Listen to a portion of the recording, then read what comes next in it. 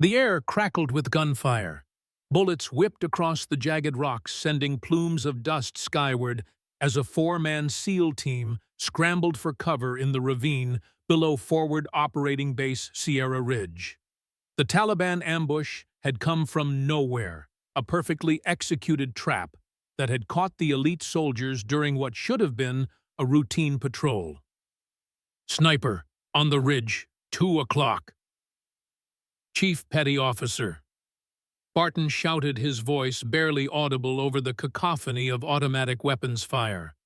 The team leader pressed himself against the limited protection of a boulder, blood seeping from a graze wound on his forearm. The Taliban sniper fired again. The round ricocheted off stone inches from Barton's head, showering his face with rock fragments. The team was pinned down, outflanked with no clear escape route. Their radios crackled with static, jammed by equipment the insurgents shouldn't have possessed. 1,500 yards away, atop a sun-baked ridge overlooking the valley, a lone figure lay motionless against the harsh Afghan landscape. Specialist Morgan Reed remained perfectly still, as if she were merely an extension of the earth beneath her. Only her eyes moved, tracking the unfolding battle through the scope of her rifle. It wasn't a standard-issue weapon. The stock appeared to be decades old, the barrel worn to a dull gray. The scope sat atop the action like an afterthought, attached with mismatched rings. To the untrained eye, it looked cobbled together from spare parts, a relic, rather than a precision instrument. The soldiers at Sierra Ridge called it many things: the junkyard special, the garage sale rifle, the broken stick. Morgan called it the Guardian. She inhaled slowly, feeling the breath fill her lungs. The wind whispered across the ridge, carrying the scent of dust and gunpowder. She made a minute adjustment to her scope, factoring in the 8 mpm crosswind temperature and the precise angle of elevation. Her finger rested lightly against the trigger, waiting for the perfect moment. The Taliban sniper shifted position, exposing himself for just an instant as he sought a better angle on the trapped SEAL team. Morgan exhaled, her body relaxing into the perfect stillness that precedes decisive action. The Guardian barked once, the sound sharp and clean in the mountain air. 1,600 yards away, the Taliban sniper crumpled the side of his head, disappearing in a spray of red. Before his body hit the ground, Morgan had already chambered another round. 2 more insurgents fell in rapid succession, each shot finding its mark with impossible precision. The remaining Taliban fighters, suddenly exposed and disoriented, retreated into the hills. The SEAL team, momentarily stunned by their unexpected salvation, seized the opportunity to establish a defensive position. Chief Barton scanned the surrounding ridges with his binoculars, searching for their guardian angel. But Morgan Reed was already gone. Her rifle broken down and stowed in its weathered case, her movements across the rocky terrain as silent as her arrival had been. None of them knew her name. None of them knew she existed. That was exactly as Morgan preferred it. Colonel James Davidson stood ramrod straight on the parade ground of Forward Operating Base Sierra Ridge, his weathered face set in the permanent scowl that had become his trademark. His eyes, sharp and assessing, tracked every movement of the soldiers drilling before him. The morning sun glinted off his silver-gray hair, cropped military short, despite his 52 years. "Unacceptable," he muttered, watching a young private struggling with his equipment. "Absolutely unacceptable." Major Phillips, his executive officer, nodded in agreement. "We'll have them run it again, sir." 3 times, Davidson amended, "until they get it right. General Marshall will be here in 4 days, and this base will be spotless. This demonstration will be flawless." Davidson had served with distinction in Desert Storm, where his tactical acumen had saved his entire company during the push into Kuwait. That had been 30 years ago. 3 decades of exemplary service, and yet the star he coveted remained elusive. Sierra Ridge was his last chance, his final command before mandatory retirement. The demonstration of the automated dynamic targeting system was the golden ticket he'd been waiting for. $200 million of next-generation military technology. A system that promised to revolutionize combat marksmanship training. And it was his responsibility to showcase it to General Marshall, the man who could finally make that star materialize. Sir Phillips said, interrupting his thoughts. The transfer paperwork you were expecting. It just came through. He handed Davidson a tablet displaying a military personnel file. Davidson scanned the document, his frown deepening. Specialist Morgan Reed, he read aloud. Combat support. Administrative transfer from... His voice trailed off as he encountered the first of many blacked-out sections in the file. What is this? Half the file is redacted. Came directly from the Pentagon, sir. Priority channel. Davidson continued reading, his irritation growing with each paragraph. Medical status, restricted. Prior assignments, classified. Commendations, redacted.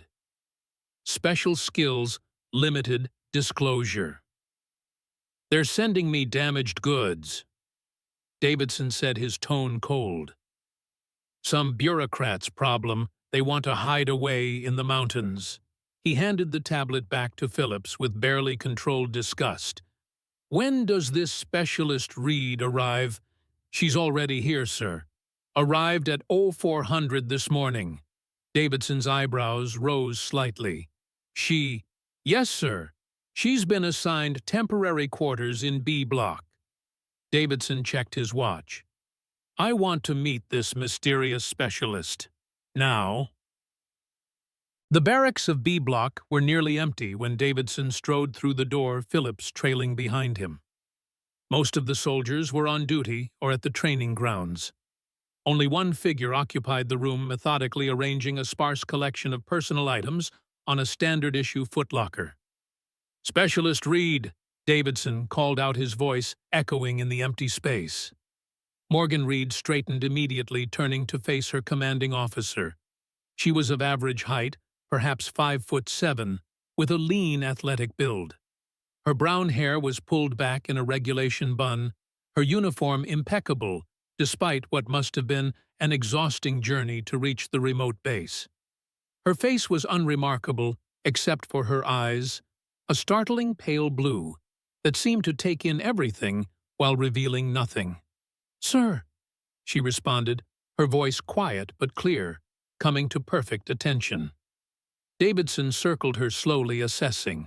There was nothing outwardly special about this woman, nothing to explain the heavily redacted file or the priority transfer. She appeared to be in her early 30s, moved with the economical precision of a career soldier, and maintained the blank expression expected when addressed by a superior officer. Then Davidson saw it leaning against the wall beside her bunk, a long, weathered rifle case. "What's that?" he asked, pointing. "My personal weapon, sir." "Personal weapon." Davidson's tone sharpened. "This isn't a hunting trip specialist. We issue standard equipment here. With respect, sir, my transfer authorization includes permission to maintain a personally calibrated weapon system." Davidson gestured impatiently. "Open it." Morgan moved to the case, kneeling beside it with practiced motions. She unlatched the worn catches and lifted the lid to reveal the Guardian nestled in custom-cut foam. The rifle looked even more incongruous up close, a patchwork of components that appeared to belong to different eras, different weapons entirely. "What in God's name is that supposed to be?" Davidson asked, making no effort to hide his disgust. "M24 SWS variant, sir, modified for specialized applications." Davidson leaned closer, inspecting the weapon with growing disbelief. The stock appeared to be from a much older rifle, possibly pre-1990, with visible wear and what looked like field repairs. The barrel, while clearly of match-grade quality, had lost its bluing in places. The scope mounting system was the most bizarre component, utilizing rings of different heights and materials in what seemed to be a completely non-standard configuration. "This looks like something assembled from a scrap heap," Davidson said. "I won't have it on my base." "Sir, my authorization specifically permits—" "I don't care what your paperwork says," Davidson cut her off. "This is Sierra Ridge, not some backwater outpost where regulations are considered optional." He straightened his decision made. "You will be issued standard equipment like everyone else. Whatever special treatment you received elsewhere ends now." Morgan's expression didn't change, but something flickered behind those pale eyes. "As you wish, sir." Davidson wasn't finished. He picked up the tablet Phillips had brought, scrolling through Reed's limited file again. "It says here you have experience in logistics and inventory management." "Yes, sir." "Good. Report to Sergeant Hayes at the firing range. You'll be on maintenance duty effective immediately. Brass collection target repair equipment inventory." He smiled thinly. "I'm sure your talents will be invaluable there." "Yes, sir," Morgan replied, her voice betraying no emotion. Davidson turned to leave, then paused. "And, Specialist, that rifle stays in your locker. If I see it anywhere on my base, I'll have it confiscated and destroyed. Are we clear?" "Crystal clear, sir." After Davidson and Phillips left, Morgan carefully closed the rifle case, securing the latches with a gentleness that bordered on reverence. Her face remained impassive, but her hands lingered on the worn leather handle, a silent acknowledgement of a bond far deeper than a soldier and her weapon. The firing range at Phoebe Sierra Ridge sprawled across the eastern edge of the base, a carefully engineered facility designed to accommodate everything from basic marksmanship training to advanced long-distance shooting. The standard firing lines extended to 500 yards, with specialized positions for shots out to 1,500 yards. Beyond that, the natural terrain of the Afghan mountains provided opportunities for truly exceptional distances, though few at Sierra Ridge had the skill to attempt them. Morgan reported to the range at 0700 the following morning, dressed in standard fatigues, her posture perfect, her expression neutral. The morning sun cast long shadows across the dusty ground as she approached a weathered-looking man examining a rack of rifles outside a small equipment shed. "Sergeant Hayes?" she asked. William Hayes turned to face her, his movements deliberate and unhurried. At 62, he was one of the oldest active-duty NCOs still serving in a combat zone. His face was deeply lined, tanned to leather by decades in the sun, with steel-gray hair cut short and practical. He had the lean, wiry build of a man who had never carried excess weight, and eyes that had seen more than most could imagine. "You must be Reed," he said, his voice a gravelly rumble. "Colonel told me to expect you." "Reporting for duty, Sergeant." Hayes studied her for a long moment, his assessment more thorough than Davidson's had been, though far less obvious. "You know what brass policing is?" "Yes, Sergeant. Collecting spent cartridge casings from the range." Hayes nodded once. "Good. The morning qualification just finished. Range is hot again at 0900 for the sniper team. I need it cleared before then." He handed her a large canvas bag and a pair of gloves. "When you're done, see me for your next assignment." Morgan accepted the bag without comment and moved toward the firing line. As she walked away, Hayes called after her. "One more thing, Specialist. Colonel mentioned you have a personal weapon he doesn't approve of." Morgan turned back. "Yes, Sergeant. Bring it to the equipment shed after hours sometime. I'd like to take a look." A flicker of surprise crossed Morgan's face, quickly suppressed. "The Colonel was quite clear about keeping it secured, Sergeant." Hayes offered a thin smile. "The Colonel doesn't inspect the equipment shed after 2100 hours. Your call, Specialist." Morgan nodded once, then continued toward the firing line. The morning sun beat down on her shoulders, as she methodically collected hundreds of brass casings from the dusty ground. The work was menial, designed to be both physically taxing and mind-numbingly tedious. It was punishment detail, plain and simple. But as Morgan moved across the range, her eyes constantly scanned the environment. She noted the way the wind curled down from the eastern ridge, creating unpredictable eddies near the 500-yard mark. She observed how the rising heat distorted visibility at different times of day, creating a river-like mirage effect that could throw off even experienced shooters. She mentally recorded the precise angle of the sun at each hour, calculating how it would impact visibility from different firing positions. Every detail, every variable, every subtle shift in the environment was catalogued and stored away. While her hands collected spent brass, her mind was building a comprehensive map of the battlefield. By mid-morning, the sniper team arrived for their training session. Led by Sergeant Christopher Reynolds, the team consisted of 4 elite marksmen, each hand-picked for their exceptional skills. Reynolds was 34, with the confidence of a man accustomed to being the best at what he did.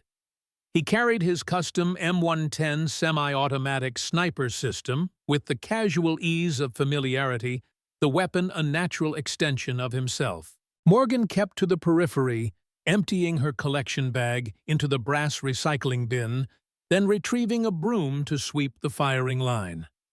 She worked quietly, efficiently, becoming part of the background noise as Reynolds briefed his team. "Today, we're working on wind calls at 1,000 yards, he announced. "Conditions are tricky this morning.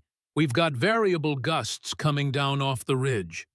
I want to see perfect adjustments between shots." Morgan listened while pretending not to noting the subtle errors in Reynolds' assessment of the wind patterns. He was accounting for the primary wind direction, but missing the secondary currents that would significantly impact long-range shots. It was the kind of mistake that wouldn't matter at 500 yards, but would send rounds wide at 1,000. As the team began firing, Morgan continued her maintenance work, positioning herself to observe their technique without being obvious. Reynolds was good, very good in fact, but he flinched almost imperceptibly, just before each shot, a tiny tell that would translate to missed targets under pressure.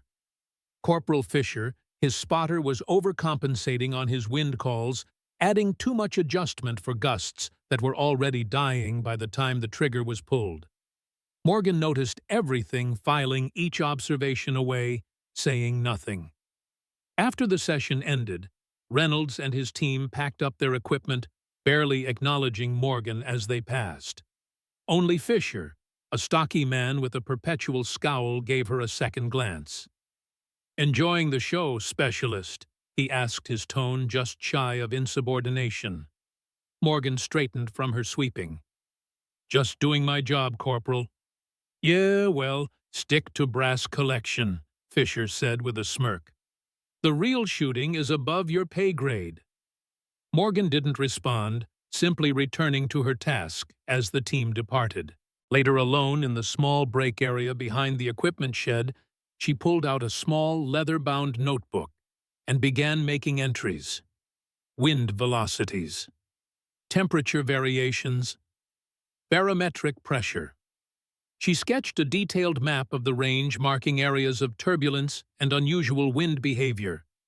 She noted the performance of each member of the sniper team, documenting their strengths and weaknesses with clinical precision. The notebook was nearly full, its pages covered with densely packed observations, calculations, and diagrams. Anyone glancing at it might mistake it for the work of a meteorologist, or perhaps a ballistics engineer. It was, in fact, both, and much more.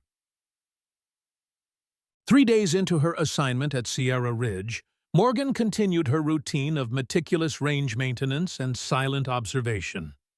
The morning began like the others with brass collection following the standard qualification rounds. As she worked, she became aware of someone watching her. Corporal Fisher stood at the edge of the range, his arms crossed, observing her with undisguised curiosity. When he realized she had noticed him, he approached. "You're an odd one, Reed," he said without preamble. "Most people assigned to brass duty bitch about it constantly. You haven't complained once." Morgan straightened, wiping dust from her hands. "Is there something I can help you with, Corporal?" Fisher studied her for a moment. "I saw you yesterday after everyone left, standing in the middle of the range with your eyes closed. Just standing there like you were listening to something." He paused. "What exactly were you doing?" "Finishing my work," Morgan replied evenly. "No," Fisher said, shaking his head. "It was weird. And then I saw you writing in that little book of yours. Very focused, very detailed." His eyes narrowed. "You're not just some grunt assigned to cleanup duty, are you?" Morgan met his gaze without flinching. "My assignment is Range Maintenance Corporal. That's all." Before Fisher could respond, Hayes emerged from the equipment shed, calling out to Morgan. "Reed, need you to inventory the target supplies." Fisher gave her one last suspicious look before walking away. Morgan watched him go, her expression revealing nothing of her thoughts. Later that evening, after the range had closed for the day, Fisher returned. The area was deserted, the equipment locked away, the firing lines silent. Only the small shed remained unlocked, its interior light spilling out into the gathering darkness. Fisher approached cautiously, staying in the shadows. Through the half-open door, he could see Morgan's notebook lying on a workbench. She was nowhere in sight. Moving quietly, he slipped inside and picked up the book, flipping it open to a random page. What he found left him momentarily stunned. Intricate ballistic calculations filled the pages far beyond the standard formulas taught in sniper school.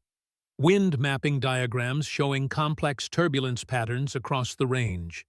Detailed performance assessments of every member of the sniper team, including himself, noting tendencies and technical flaws most instructors would miss. "Find what you're looking for."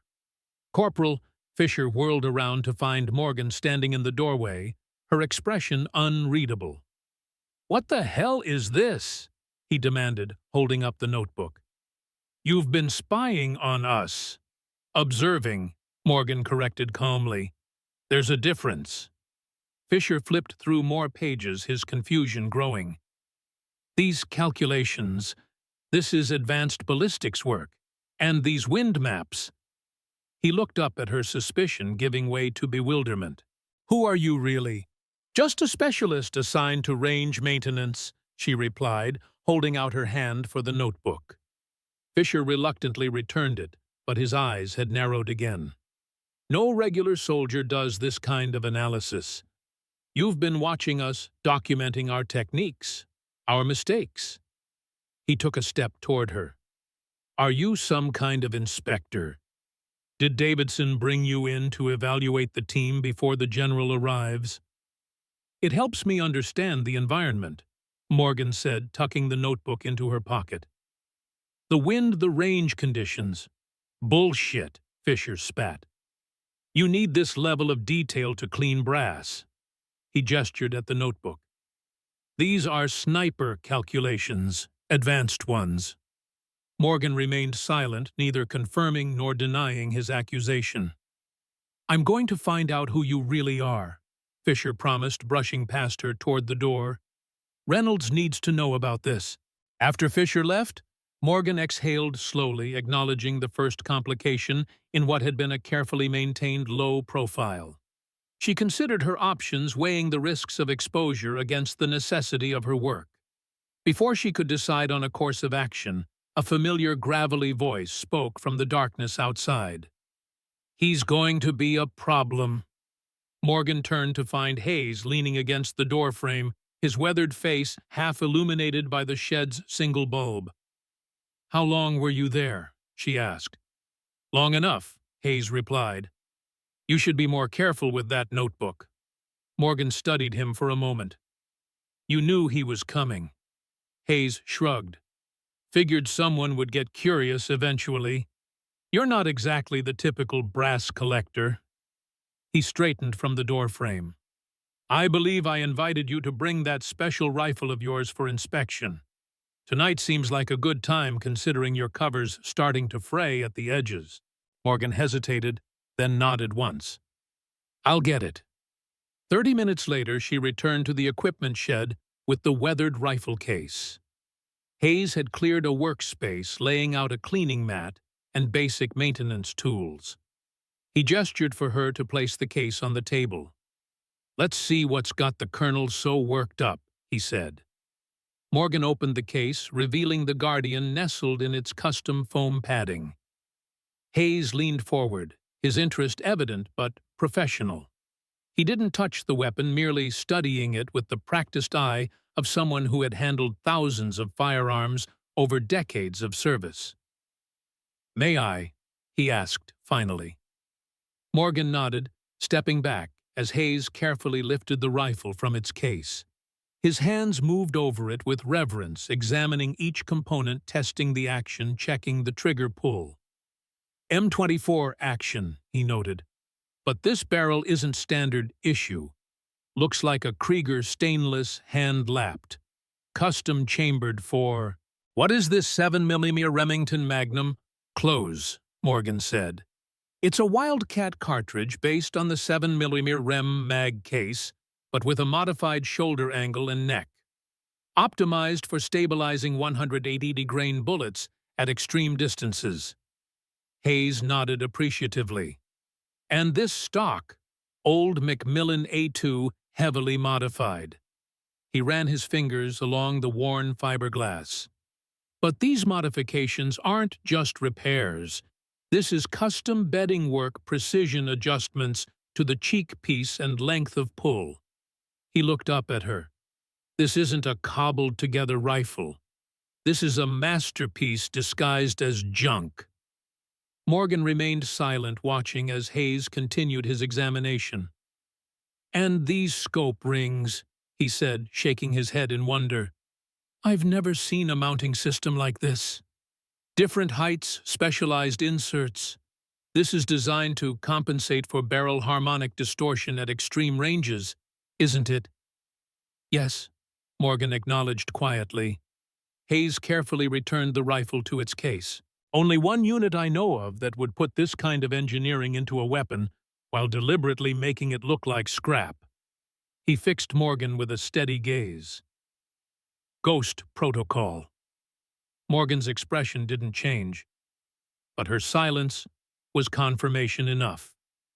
I trained some of your people, Hayes continued, back in 2010 at Fort Benning. Advanced marksmanship course for a special unit that officially didn't exist. He smiled slightly. Never knew any of their real names, never saw their faces after they left my range. But I'd recognize this style of rifle customization anywhere. He closed the case gently. You're one of them, a ghost. I was, Morgan said finally, her voice barely audible. Hayes nodded, unsurprised by the admission. What happened? Classified, she replied automatically. Everything's classified with you people, Hayes said with a dry chuckle. But you didn't end up on brass collection duty at Sierra Ridge by choice. That much is obvious. Morgan considered him for a long moment. Operation Cobra Dawn, she said finally.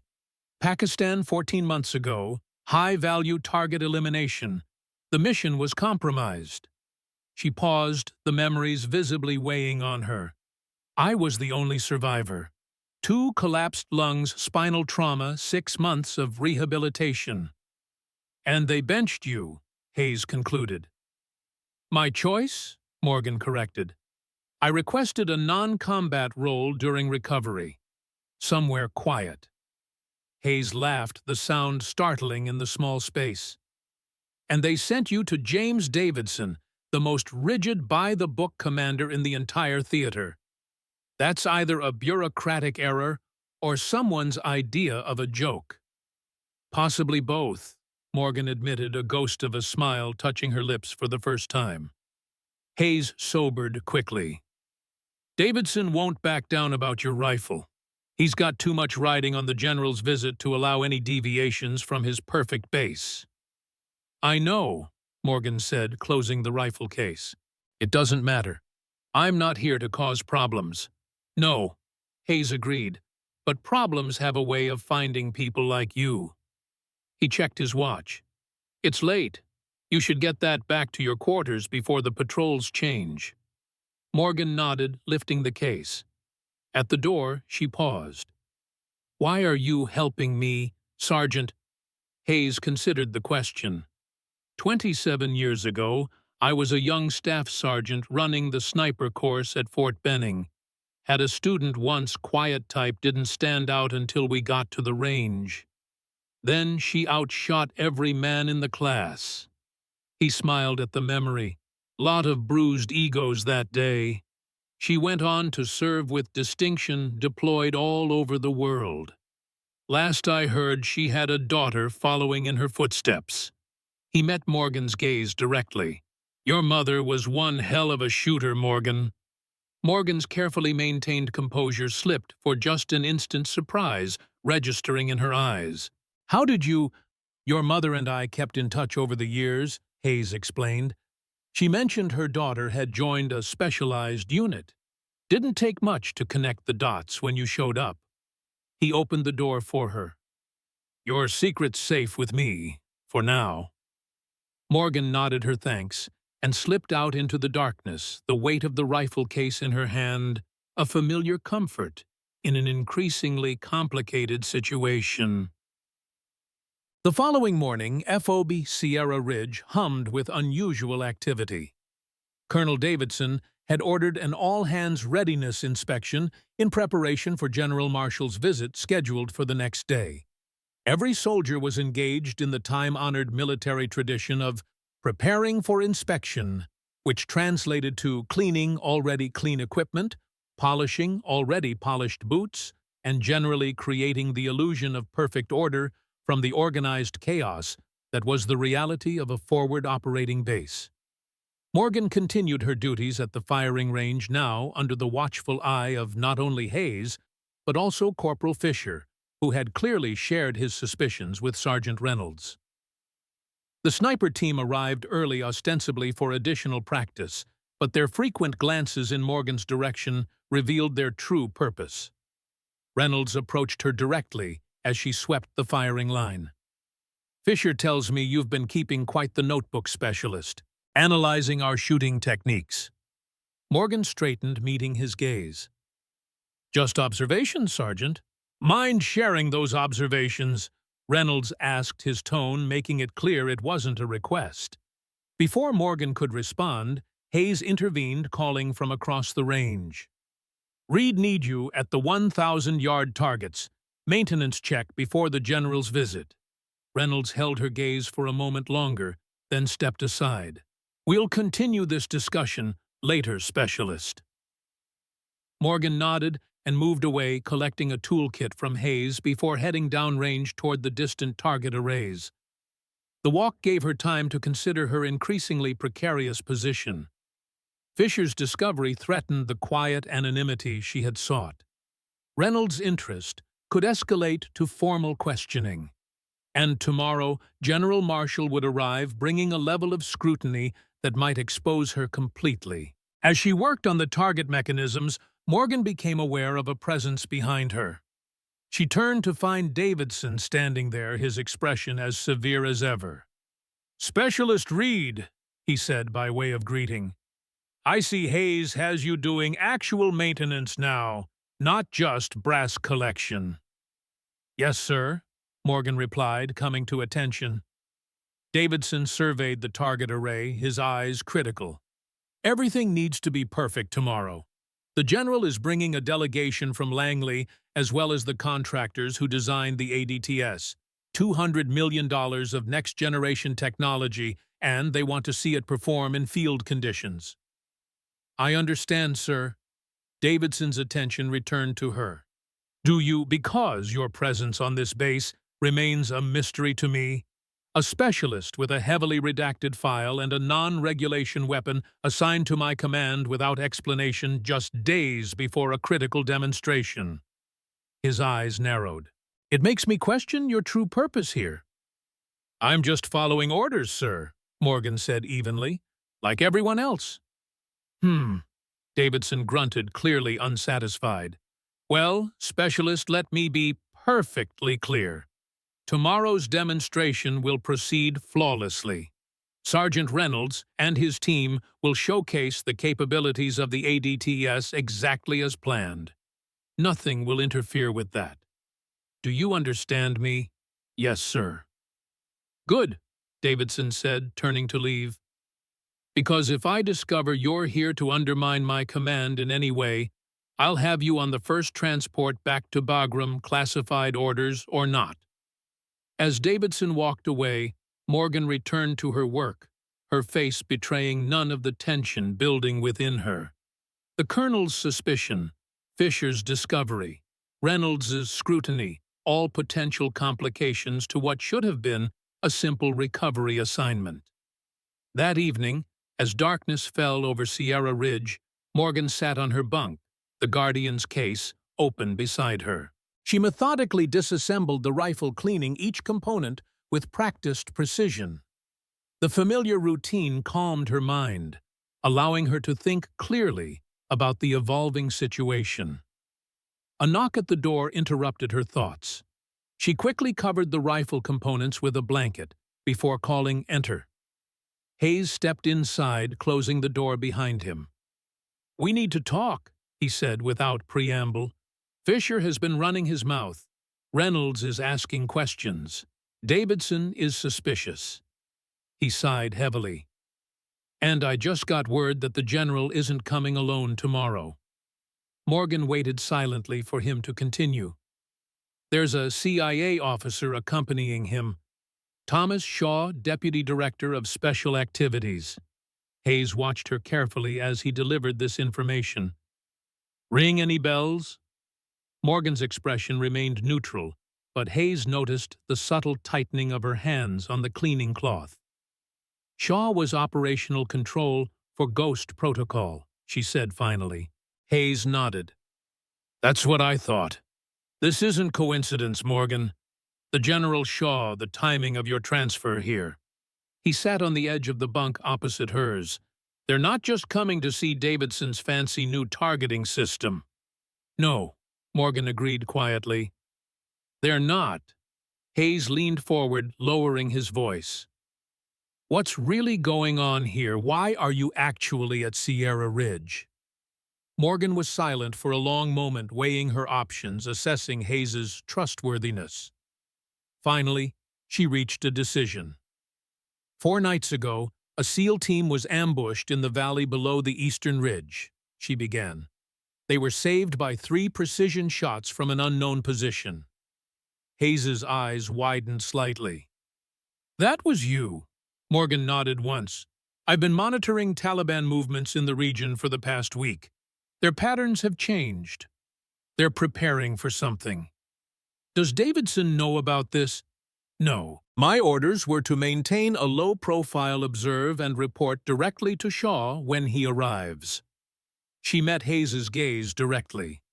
"The targeting system demonstration is real, but it's also cover for something else." "What?" Hayes pressed. Morgan hesitated, then reached under her mattress and withdrew a satellite imagery printout.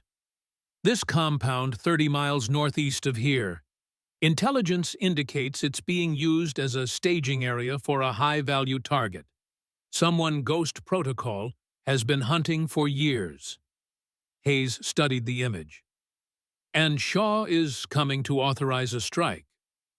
"Possibly," Morgan acknowledged, "but there's more to it." She paused, choosing her words carefully. "The man they're tracking, Zarqawi, he was responsible for the ambush that killed my team in Pakistan. Operation Cobra Dawn wasn't just compromised. We were betrayed." Understanding dawned on Hayes's face.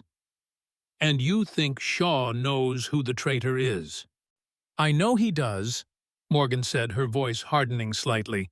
"What I don't know is whether he's coming to brief me on the operation to eliminate Zarqawi or to tie up loose ends," Hayes finished for her. "By eliminating you." Morgan nodded grimly. "Tomorrow will be interesting, one way or another." Hayes stood his expression resolute. "I'll watch your back. But Morgan, whatever happens, you need to be prepared for the possibility that this quiet recovery assignment is about to get very loud." "I know," Morgan said, her hand unconsciously moving to rest on the covered rifle parts beside her. "That's why I brought the Guardian." As Hayes left, Morgan resumed cleaning her rifle, each movement precise and deliberate. Whatever came tomorrow, she would be ready. The quiet specialist assigned to range maintenance was a carefully constructed facade. Beneath it waited something else entirely, a ghost ready to emerge from the shadows once more. The morning of General Marshall's visit dawned clear and bright over Phoebe Sierra Ridge. The mountains surrounding the base stood in sharp relief against the blue Afghan sky, their rugged peaks casting long shadows across the valley below. For Colonel Davidson, the perfect weather was an auspicious sign. Everything was in place, every detail attended to with military precision. His career hung in the balance of the next few hours. "Final inspection complete, sir," Major Phillips reported, falling into step beside Davidson as they crossed the parade ground. "The base is spotless, the demonstration area is prepared, and Sergeant Reynolds's team is ready for the targeting exercise." Davidson nodded, his expression betraying none of the anxiety churning beneath his composed exterior. "And the ADTS system. Technicians completed final calibration at 0600. All systems operational." "Good." Davidson checked his watch. "The General's convoy will arrive in 40 minutes. I want all personnel in position 30 minutes before that." "Yes, sir." Phillips hesitated, then added, "Sir, about Specialist Reed." Davidson's jaw tightened. "What about her?" "I've received reports that she's been observing the sniper team, taking notes." Corporal Fisher found a notebook containing detailed analysis of their techniques and the range conditions. Davidson stopped walking, turning to face his XO. "And you're just telling me this now?" "The information only came to me this morning, sir. Sergeant Hayes has been supervising her closely." Davidson's eyes narrowed. "Hayes, of course." He resumed walking, his pace more brisk. "I want Reed confined to quarters during the demonstration. I don't know what her game is, but I won't risk any complications today." "Sir, with respect, confining her might draw more attention than simply having her continue her regular duties. If the General or his staff notice her absence and inquire—" Davidson considered this, then nodded reluctantly. "Fine, but I want her kept away from the primary demonstration area. Assign her to the far end of the range for maintenance work, and have someone watching her at all times." "Yes, sir. I'll inform Sergeant Hayes." As Phillips departed to relay the orders, Davidson continued toward the command center, his mind racing through countless scenarios. The arrival of General Marshall represented his best chance for promotion, for recognition of his decades of service. The ADTS demonstration had to be flawless. Nothing could go wrong. Morgan Reed woke before dawn, her body instinctively alert, despite another night of fragmented sleep. The nightmares had returned vivid and merciless. In them, she was back in the mountains of Pakistan, watching through her scope as her team moved into position. She could see the ambush being prepared, could feel the wrongness of it all, but in the dream, as in reality, she was too far away to warn them in time. The difference was that in her dreams, she relived the moment of their deaths, in excruciating detail, heard their final radio transmissions, felt the bullets that tore through her own body when she abandoned her position to try to save them. She rose silently, her movements economical as she dressed, and prepared for the day ahead. The Guardian remained disassembled, its components cleaned and ready hidden beneath her bunk. She wouldn't risk carrying it today, not with Davidson's scrutiny intensified, and the base on high alert for the general's visit. At the mess hall, she sat alone, mechanically consuming a breakfast she barely tasted. Her mind was elsewhere, calculating possibilities, mapping contingencies. Across the room, Reynolds and his sniper team huddled together, occasionally glancing in her direction. Their suspicion was palpable, but it was the least of her concerns today. "Mind if I join you?" Morgan looked up to find Hayes standing beside her table tray in hand. She nodded once, and he settled across from her, his weathered face revealing nothing to casual observers. "Phillips delivered new orders this morning," Hayes said quietly, stirring his coffee. "You're to be stationed at the far end of the range during the demonstration. Maintenance work on the long-distance target systems." "Keeping me out of sight," Morgan observed. "That's the idea. But it puts you in a good position to observe the entire range." Hayes leaned forward slightly. "I checked the guest list for today's visit. In addition to General Marshall and CIA Deputy Director Shaw, there's a third VIP, listed only as security consultant in the paperwork." Morgan's expression didn't change, but her fingers tightened almost imperceptibly around her coffee mug. Description: 6'2" military-bearing facial scar running from left temple to jaw. Hayes watched her reaction carefully. "You know him." "Michael Kessler," Morgan said, her voice barely audible. "Former Delta recruited to Ghost Protocol in 2015. He was operational support for Cobra Dawn." She met Hayes's gaze. "He was supposed to be our extraction, but never showed." "Friend or foe, unknown," Morgan replied. "But his presence confirms this isn't just about the ADTS demonstration." Hayes nodded, understanding the implications. "They arrive at 0900.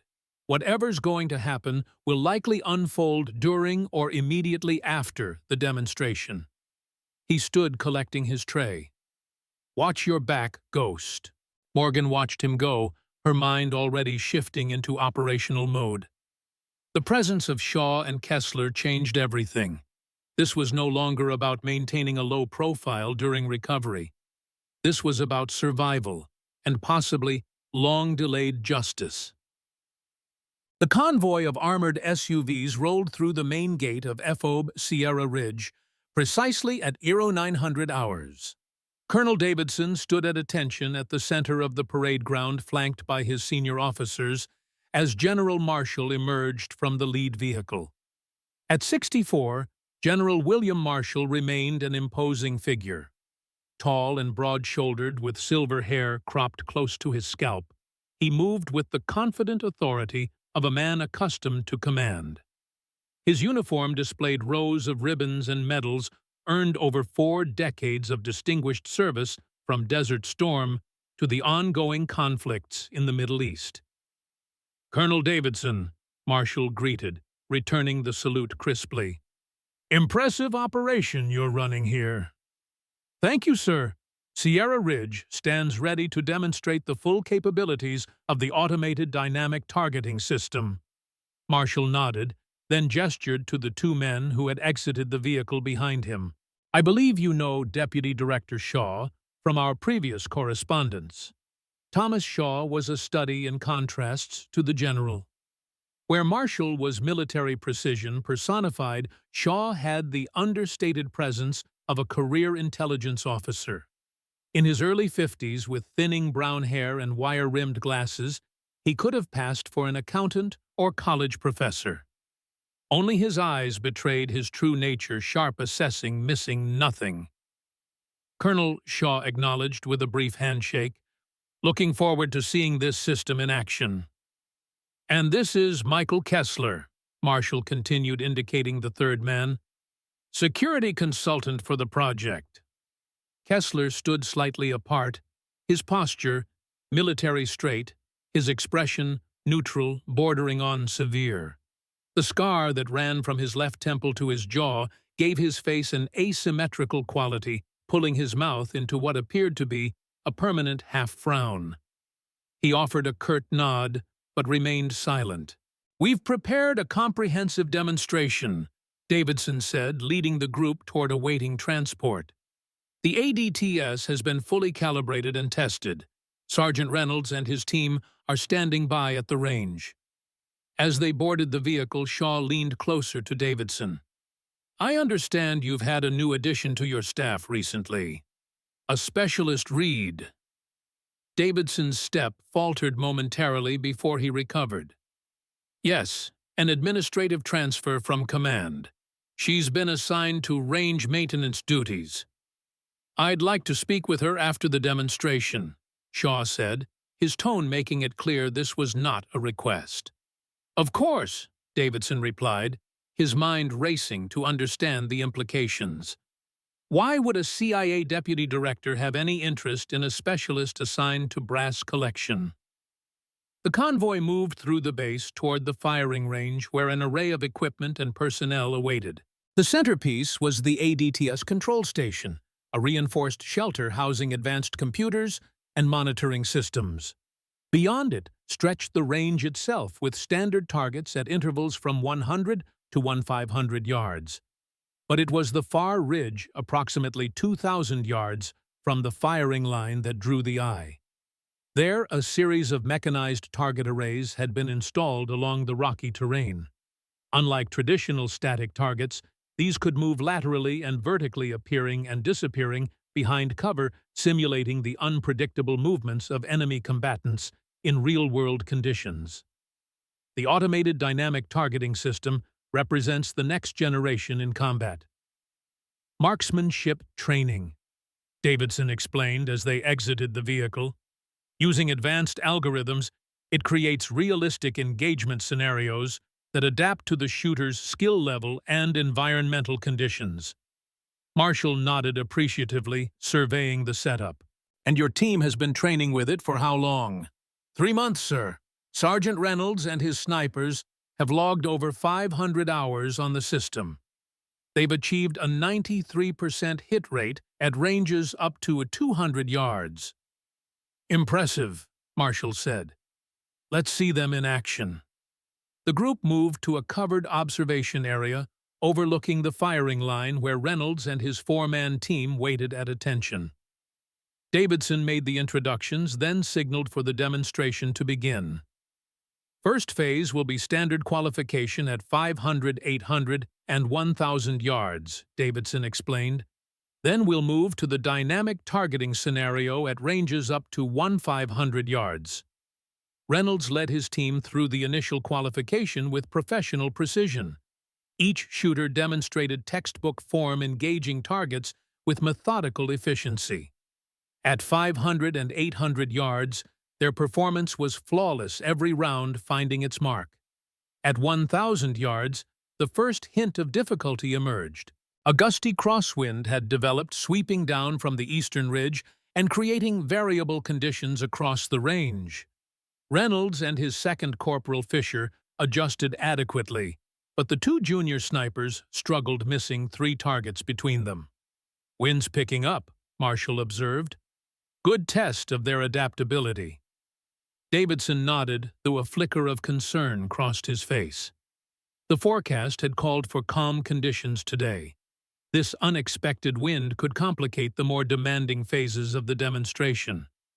At the far end of the range, Morgan Reed worked methodically on a target mechanism, her actions deliberately unhurried. From her position, she had a perfect view of the entire range and the VIP observation area. She could see Reynolds' team performing their qualification routine, could observe the growing concern on Davidson's face as the wind continued to intensify. But her focus was primarily on Shaw and Kessler. The 2 men stood slightly apart from Marshall and Davidson, occasionally exchanging quiet words. Shaw appeared relaxed, attentive to the demonstration, while Kessler continuously scanned the surrounding area, his posture alert despite his outwardly casual demeanor. He was looking for her, Morgan realized. Not randomly searching, but systematically covering sectors, his eyes briefly lingering on maintenance personnel and perimeter guards. He was hunting, and she was the prey. Morgan continued her work, keeping her head down, her movements unremarkable. Years of training had taught her the art of invisibility through ordinariness. She became part of the background, a figure so mundane the eye passed over her without registering her presence. But as the demonstration progressed to its critical phase, that invisibility would become increasingly difficult to maintain. "We'll now proceed to the dynamic targeting demonstration," Davidson announced. "The ADTS will present multiple moving targets at ranges from 800 to 1,500 yards. These targets will appear for only 4 to 6 seconds, simulating combat conditions where enemy combatants briefly expose themselves." Reynolds and his team moved to their assigned positions, each sniper with his spotter beside him. The sophisticated M110 rifles they carried represented the pinnacle of military sniper technology, equipped with advanced optics and precision-machined components that cost more than most civilians earned in a year. "Initiating sequence," the range officer called, activating the ADTS control system. Along the distant ridge, mechanical targets began to appear and disappear in random patterns, some moving laterally, others popping up briefly before dropping back into cover. Reynolds engaged first, his rifle cracking sharply as he fired at a target 100 yards out. The shot was true, striking the silhouette center mass. But as the targets moved to greater distances, the increasingly gusty wind created challenging conditions. At 200 yards, Reynolds missed his first shot, the round impacting just left of the target as a sudden gust pushed it off course. Fisher fared no better, missing 2 consecutive shots at a target that appeared briefly at 300 yards. Davidson's expression remained composed, but the tension in his jaw betrayed his concern. The wind was transforming what should have been a showcase of precision into a demonstration of the unpredictability of combat conditions. "Weather's not cooperating today," Marshall commented, his tone neutral. "The system is designed to incorporate environmental challenges," Davidson replied quickly. "It actually provides a more realistic training scenario." Marshall nodded, but his attention had shifted to the final phase of the demonstration. "Let's see how they handle the extreme distance targets." The ADTS activated targets at 1,500 yards, the maximum effective range for the M110 system under ideal conditions. Today's conditions were far from ideal. The wind had increased to gusting at 15 to 20 mph, creating a complex crosswind pattern that changed direction unpredictably. Reynolds took a deep breath, made his calculations, and fired. Miss! He adjusted and fired again. Another miss. Across the line, each member of the sniper team encountered the same problem. Shot after shot went wide, the rounds kicked off course by the swirling winds. After 10 minutes and 20 missed shots, Reynolds lowered his rifle, his frustration evident even at a distance. He approached Davidson and the observers, his expression tightly controlled. "Sir, the wind conditions are making accurate engagement at 1,500 yards virtually impossible today," he reported. "We're experiencing gusts up to 20 knots with unpredictable directional shifts." Davidson's face darkened. "Sergeant, we've prepared for months for this demonstration. Surely your team can compensate for a little wind." "With respect, sir, these aren't normal conditions," Reynolds insisted. "My wind meter is showing 3 different directions between here and the target zone. No one could make those shots consistently today." General Marshall stepped forward. "It's all right, Sergeant. Nature doesn't always cooperate with our plans." He turned to Davidson. "The system itself seems to function as designed, Colonel. Perhaps we should move on to the technical briefing." Davidson recognized the diplomatic retreat for what it was, a polite way to end a failing demonstration. His opportunity to impress the general was slipping away, undermined by unpredictable weather and the limitations of even his best snipers. Before he could respond, a quiet voice spoke from behind the group. "Permission to attempt the course, sir." Every head turned. Morgan Reed stood at a respectful distance, her posture regulation perfect, her expression neutral. "Specialist Reed," Davidson said, his surprise quickly giving way to irritation. "You're supposed to be at the far end of the range on maintenance duty." "The work is complete, sir," Morgan replied evenly. "I observed the demonstration and would like to attempt the course if the colonel permits." Reynolds looked incredulous. "With all due respect, sir, this is a specialized course for trained snipers. Specialist Reed is range maintenance personnel." Davidson was about to dismiss the request outright when Shaw stepped forward, studying Morgan with sudden interest. "You're Specialist Morgan Reed?" he asked. "Yes, sir," Morgan confirmed. Shaw turned to Davidson. "I'd like to see the specialist attempt the course, Colonel." Davidson found himself trapped. To refuse would raise questions he couldn't answer, especially with Shaw's evident interest in Reed. To agree meant risking further embarrassment when she inevitably failed as well. Before he could decide, General Marshall spoke. "Let her try, Colonel." "What's the harm?" Trapped Davidson nodded stiffly. "Very well. Specialist Reed, you may attempt the 1,500-yard targets." He turned to Reynolds. "Sergeant, provide the specialist with your rifle." "That won't be necessary, sir," Morgan said. "I'll use my own weapon if permitted." Davidson's eyes narrowed. "Your weapon was deemed non-regulation specialist. I ordered it confined to quarters." "If I'm to attempt this course, sir, I'll need my own rifle. It's calibrated to my specifications."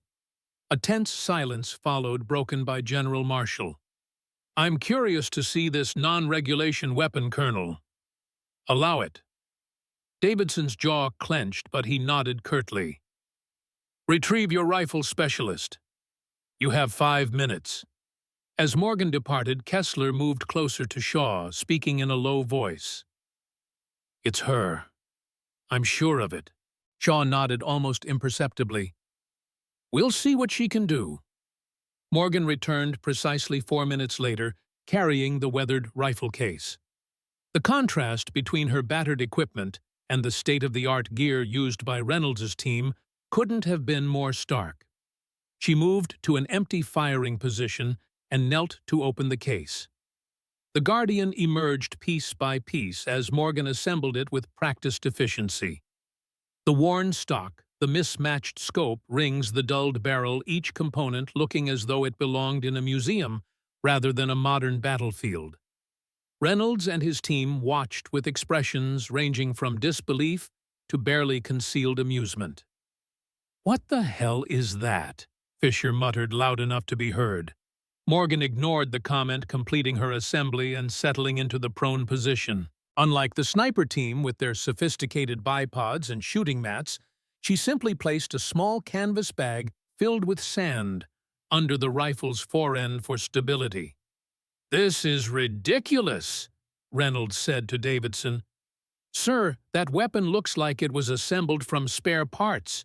It can't possibly be accurate at these distances." Davidson shared the sentiment, but was powerless to intervene, with Marshall and Shaw watching intently. "Proceed with the demonstration," he ordered the range officer. "ADTS engaging targets at 1,500 yards, the officer announced. "Target up in Sector 4, right side of the ridge line." A silhouette target appeared from behind a rocky outcrop, visible for what would be a 4-second window. Morgan made no immediate move to fire. Instead, she lay perfectly still, sensing the wind, feeling its direction and strength against her skin. She noted the mirage effect through her scope, the way it danced and shifted, revealing the true air movements invisible to the naked eye. Just before the target was set to disappear, Morgan exhaled softly and squeezed the trigger. The Guardian's report was different from the M110's sharper, crisper, with a distinctive note that spoke of its custom chambering. For a long moment, there was silence. Then the range officer's voice filled with surprise. Hit, center mass. Reynolds and his team stared in disbelief. Davidson's expression froze somewhere between shock and suspicion. Marshall raised an eyebrow, clearly impressed, while Shaw and Kessler exchanged a meaningful glance. Target up in Sector 2 yards, the range officer called. Again Morgan waited, reading the wind, making minute adjustments to her aim. Again the Guardian barked its distinctive report. Again the confirmation came. Hit. One after another, targets appeared along the ridgeline, each at slightly different distances, each visible for only seconds. Morgan engaged them methodically, her movements minimal, her focus absolute. After the fifth consecutive hit, a hush had fallen over the observers. After the eighth, Reynolds's expression had transformed from disbelief to something approaching awe. Final target, the range officer announced. Sector 6, 15225 yards. The wind chose that moment to gust violently, sending a cloud of dust swirling across the range. Reynolds's team instinctively flinched, knowing such conditions made an already difficult shot nearly impossible. Morgan remained motionless, waiting for the gust to pass, for the dust to settle. Only when the air had calmed did she make her final adjustments and squeeze the trigger. Hit, the range officer confirmed. 9 for 9. Perfect score. A stunned silence settled over the range. What Reynolds's elite team had failed to accomplish with their cutting-edge equipment, this quiet specialist had achieved with a rifle that looked salvaged from a scrap heap. General Marshall stepped forward, genuine admiration in his expression. Impressive shooting specialist. Where did you learn those skills? Before Morgan could respond, Davidson intervened. Specialist Reed's background is unclear, General. Her file contains numerous redacted sections. Is that so? Marshall turned to Shaw. Thomas, does that sound familiar to you? Shaw adjusted his glasses, studying Morgan with newfound intensity. It does indeed, General. He addressed Morgan directly. That's quite a weapon you have there, Specialist. Custom work. Yes, sir, Morgan replied evenly. Built to my specifications.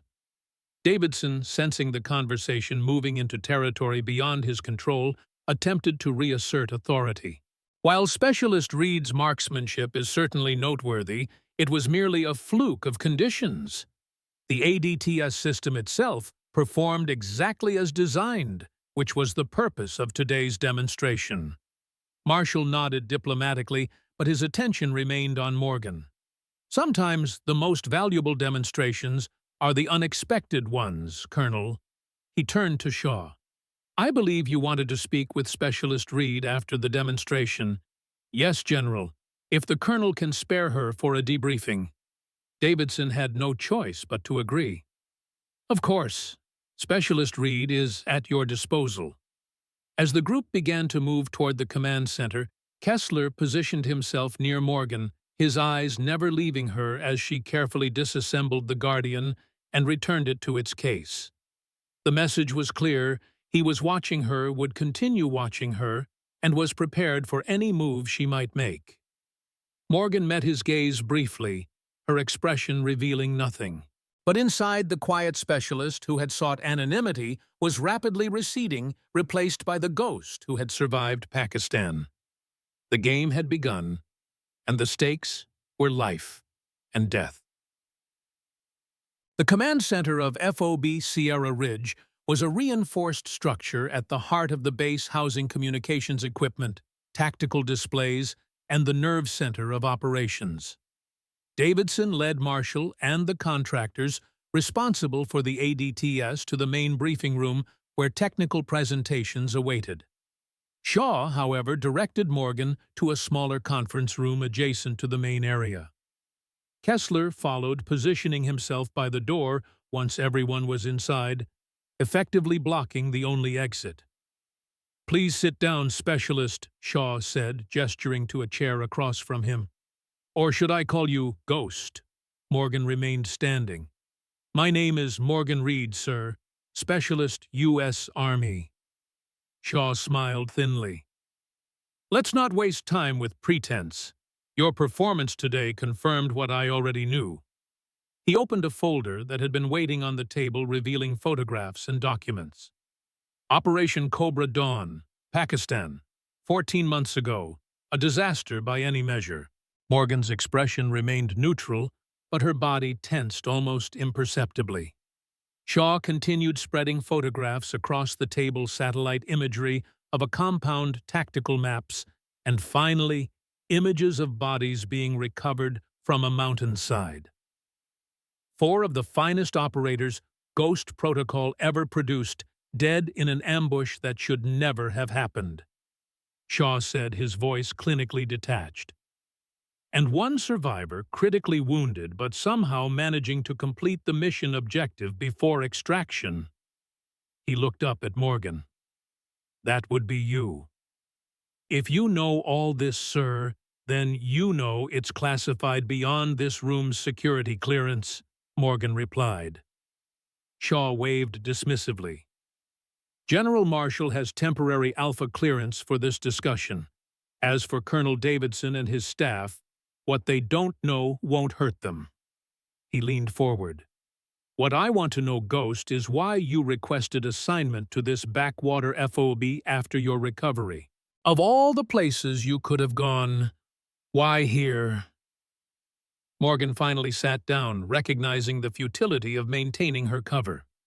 "Recovery and recalibration, sir. Doctor's orders. Somewhere quiet away from operational pressures. And the fact that FOB Sierra Ridge sits less than 50 miles from where Zarqawi has been rebuilding his network. Pure coincidence." Morgan met his gaze steadily. "Is it Zarqawi, sir, confirmed?" Shaw studied her for a moment, then nodded to Kessler, who removed a tablet from his jacket and placed it on the table. The screen displayed thermal imaging of a compound nestled in the mountains northeast of Sierra Ridge. "Facial recognition and human intelligence confirm it," Shaw said. "Ibrahim Zarqawi, the mastermind behind attacks in 3 countries, including the ambush that killed your team. He's been operating from this location for approximately 3 months." Morgan examined the imagery, her training allowing her to instantly assess approach vectors, defensive positions, and tactical challenges. The compound was nestled in a natural fortress, protected by ridges on 3 sides and a steep drop on the 4th. "Why are you telling me this, sir?" she asked, though she already suspected the answer. "Because in 4 hours, a strike team will hit that compound," Shaw replied. "Zarqawi will be eliminated along with his entire command structure. Justice for Cobra Dawn, and a significant blow to terrorant operations in the region." Morgan processed this information, her mind rapidly connecting dots. "And my role in this?" Shaw closed the folder. "Officially, you have no role. You're here recovering from injuries just as your paperwork states. And unofficially, Ghost, you're here because I needed to assess your state of mind, to determine if you're stable enough to return to operational status, or if you represent a liability that needs to be managed." The threat was thinly veiled, but unmistakable. Morgan glanced at Kessler, whose hand had drifted closer to his jacket, where undoubtedly a weapon waited. "Liability, sir?" Morgan asked, her voice deliberately neutral. "You're the only survivor of a compromised Operation Ghost. An operation with details so classified that most of the chain of command doesn't know it existed. You possess information that in the wrong hands or the wrong mental state could be problematic." Morgan understood now. This wasn't about bringing her back into the fold. This was about containment, about assessing whether she knew or suspected the truth about Cobra Dawn. "I'm recovered, sir," she said carefully, "physically and mentally. My only focus has been returning to full operational capacity." Shaw studied her, searching for any sign of deception. "Your shooting today would support that assessment. The question is whether your talents are still of use to the program or if we need to consider more permanent retirement options. The implication hung in the air like a physical presence. Morgan maintained her composure despite the understanding that her life might very well depend on the next few minutes.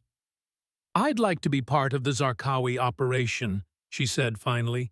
"He was my target in Pakistan. I should finish what I started." Shaw exchanged a glance with Kessler, a silent communication passing between them. "That's not possible. The operation is already planned, personnel assigned. You're not cleared for field duty yet." "Then let me provide overwatch," Morgan pressed. "The compound is approximately 30 miles from here, within range of my capabilities." 37 miles, Shaw corrected. "Nearly 400 yards to the primary target building from the nearest viable shooting position, beyond even your documented range record." "I can make that shot," Morgan stated with quiet confidence. Shaw leaned back, considering, "Why should I trust you with this? After everything that's happened. Because no one wants Zarqawi eliminated more than I do, sir. And because if you didn't think I could do it, you wouldn't have brought the targeting data with you." A thin smile crossed Shaw's face, perceptive as always. He nodded to Kessler, who relaxed his stance slightly. "Very well, Ghost. You'll provide overwatch for the operation. Kessler will coordinate with you on the details." He stood gathering his materials. "But understand this clearly. This is your evaluation. Succeed, and we discuss your return to the program. Fail." He left the threat unfinished, but its meaning was clear. "I understand, sir," Morgan said. As Shaw moved toward the door, he paused. "One last thing. The mission brief indicated that Zarqawi has a new second-in-command, a Westerner who joined his organization recently." He studied Morgan's reaction carefully. "A former military operator who may have provided insight into Ghost Protocol operations. Does that information mean anything to you?" Morgan's expression remained carefully neutral. "No, sir. Nothing specific." Shaw nodded, seemingly satisfied. "Briefing in 2 hours. The operation launches at dusk." He left, leaving Morgan alone with Kessler. For a long moment, neither spoke. The tension between them was palpable, years of history condensed into silent assessment. "You're looking well, Morgan," Kessler said, finally, his voice gruff. "Considering the last time I saw you, you were bleeding out on a medevac chopper." "Considering you were 4 hours late for extraction, I'm surprised you saw me at all," Morgan replied evenly. Kessler's scarred face tightened. "There were complications. Routes compromised. I got there as soon as I could. After the rest of the team was already dead. That wasn't my call." Kessler moved closer, lowering his voice. "Look, what happened in Pakistan was a clusterfuck. We both know it. But this is your chance to get back in. Don't waste it by digging into things better left buried." Morgan met his gaze directly. "Like who gave Zarqawi our operational details, like who knew exactly where and when to hit us. Those kinds of things." Kessler's hand moved to her shoulder, his grip tight enough to appear friendly to observers, but conveying a clear warning. "Exactly those kinds of things. We have a job to do. Zarqawi dies tonight. Everything else is above your pay grade." "For now," Morgan agreed, her voice so soft, only Kessler could hear it.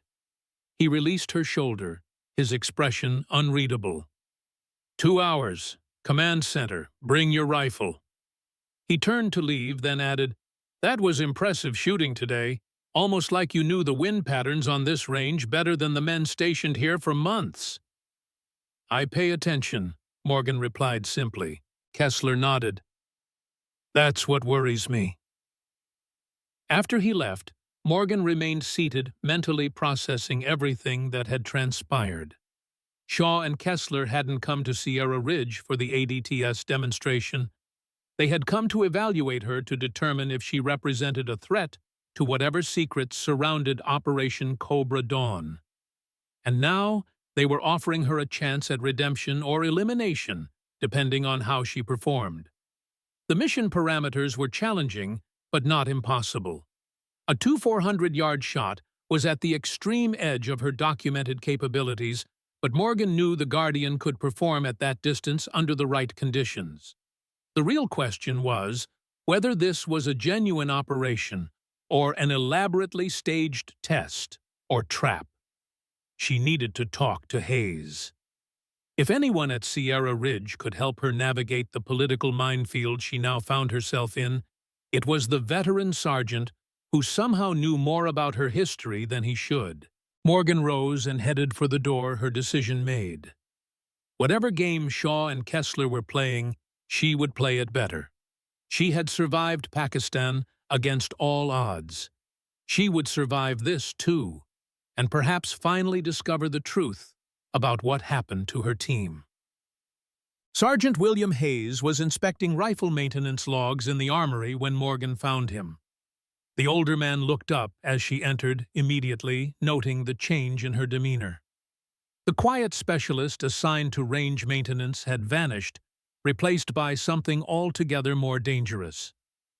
"I take it the meeting with Shaw went about as expected," Hayes said, closing the logbook.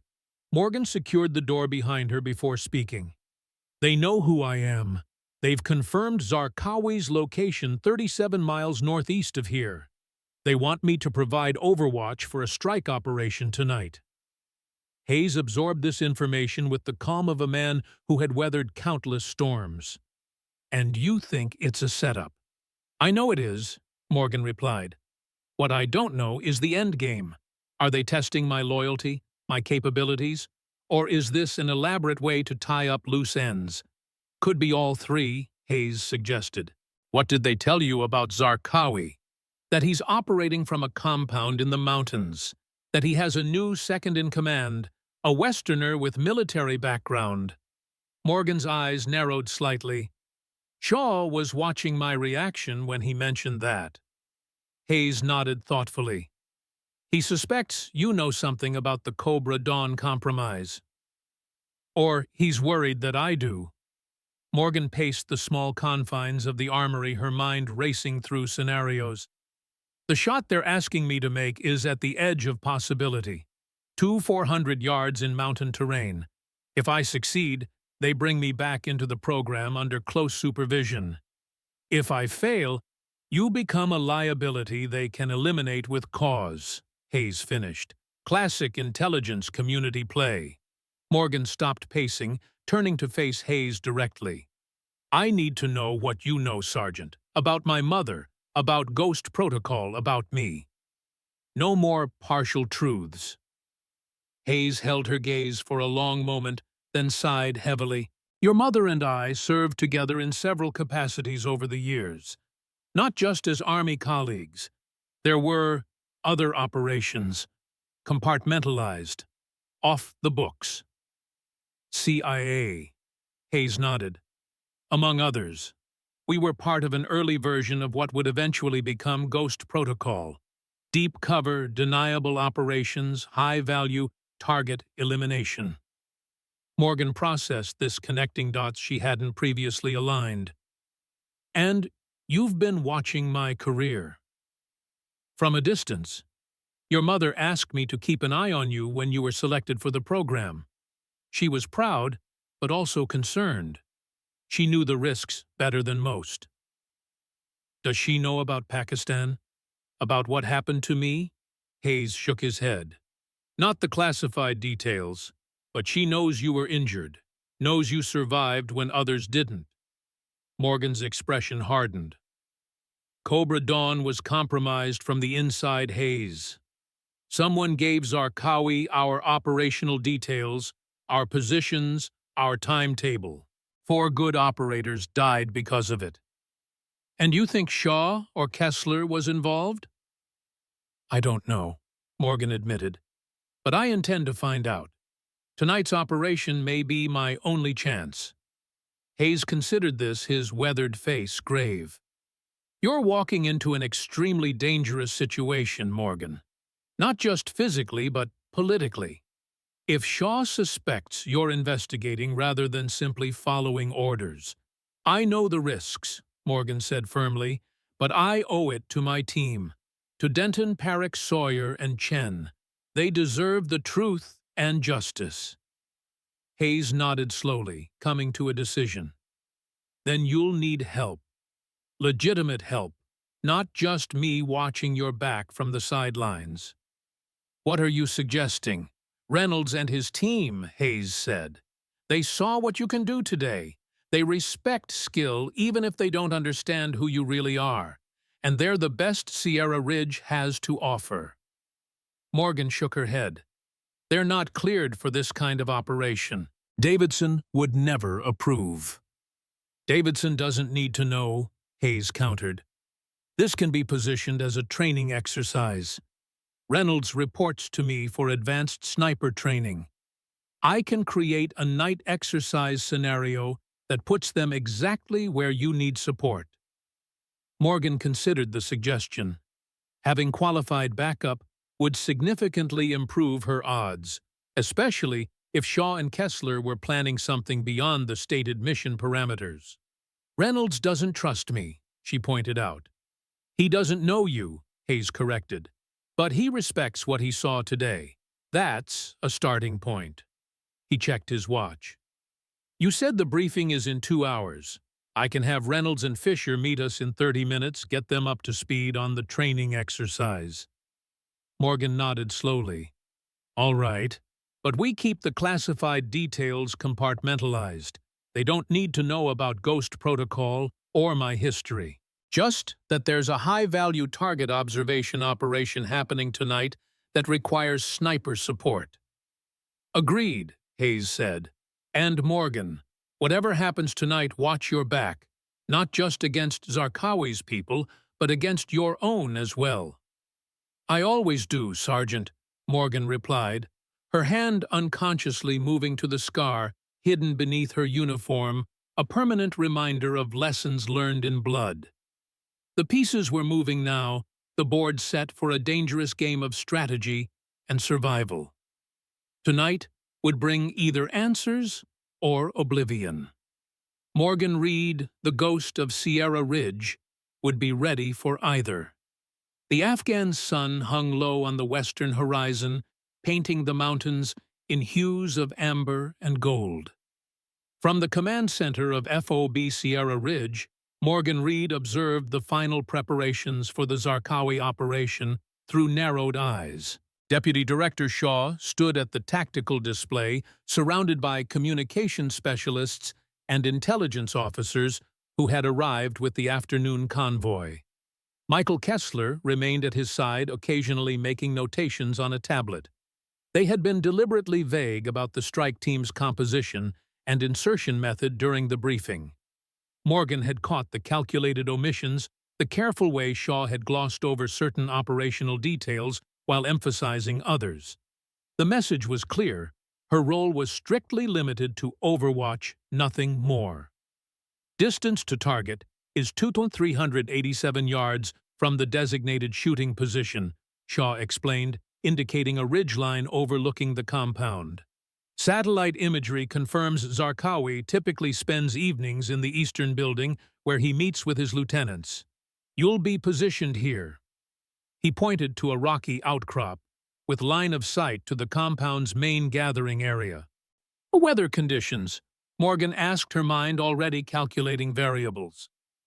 Current forecast shows light to moderate winds 5 to 8 knots from the southwest.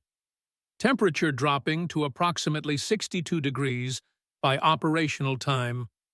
Barometric pressure stable. Morgan nodded mentally, filing away the information while noting what wasn't being shared. No details on extraction protocols, no communication frequencies for the strike team, no contingency plans if the operation went sideways. She was being kept deliberately isolated from the broader mission parameters. You'll deploy with a 2-man security team, Shaw continued. Standard protocol for overwatch positions. Kessler will coordinate your insertion and extraction. I'd prefer to select my own security element, Morgan stated. Shaw's expression hardened slightly. That's not how this works, Ghost.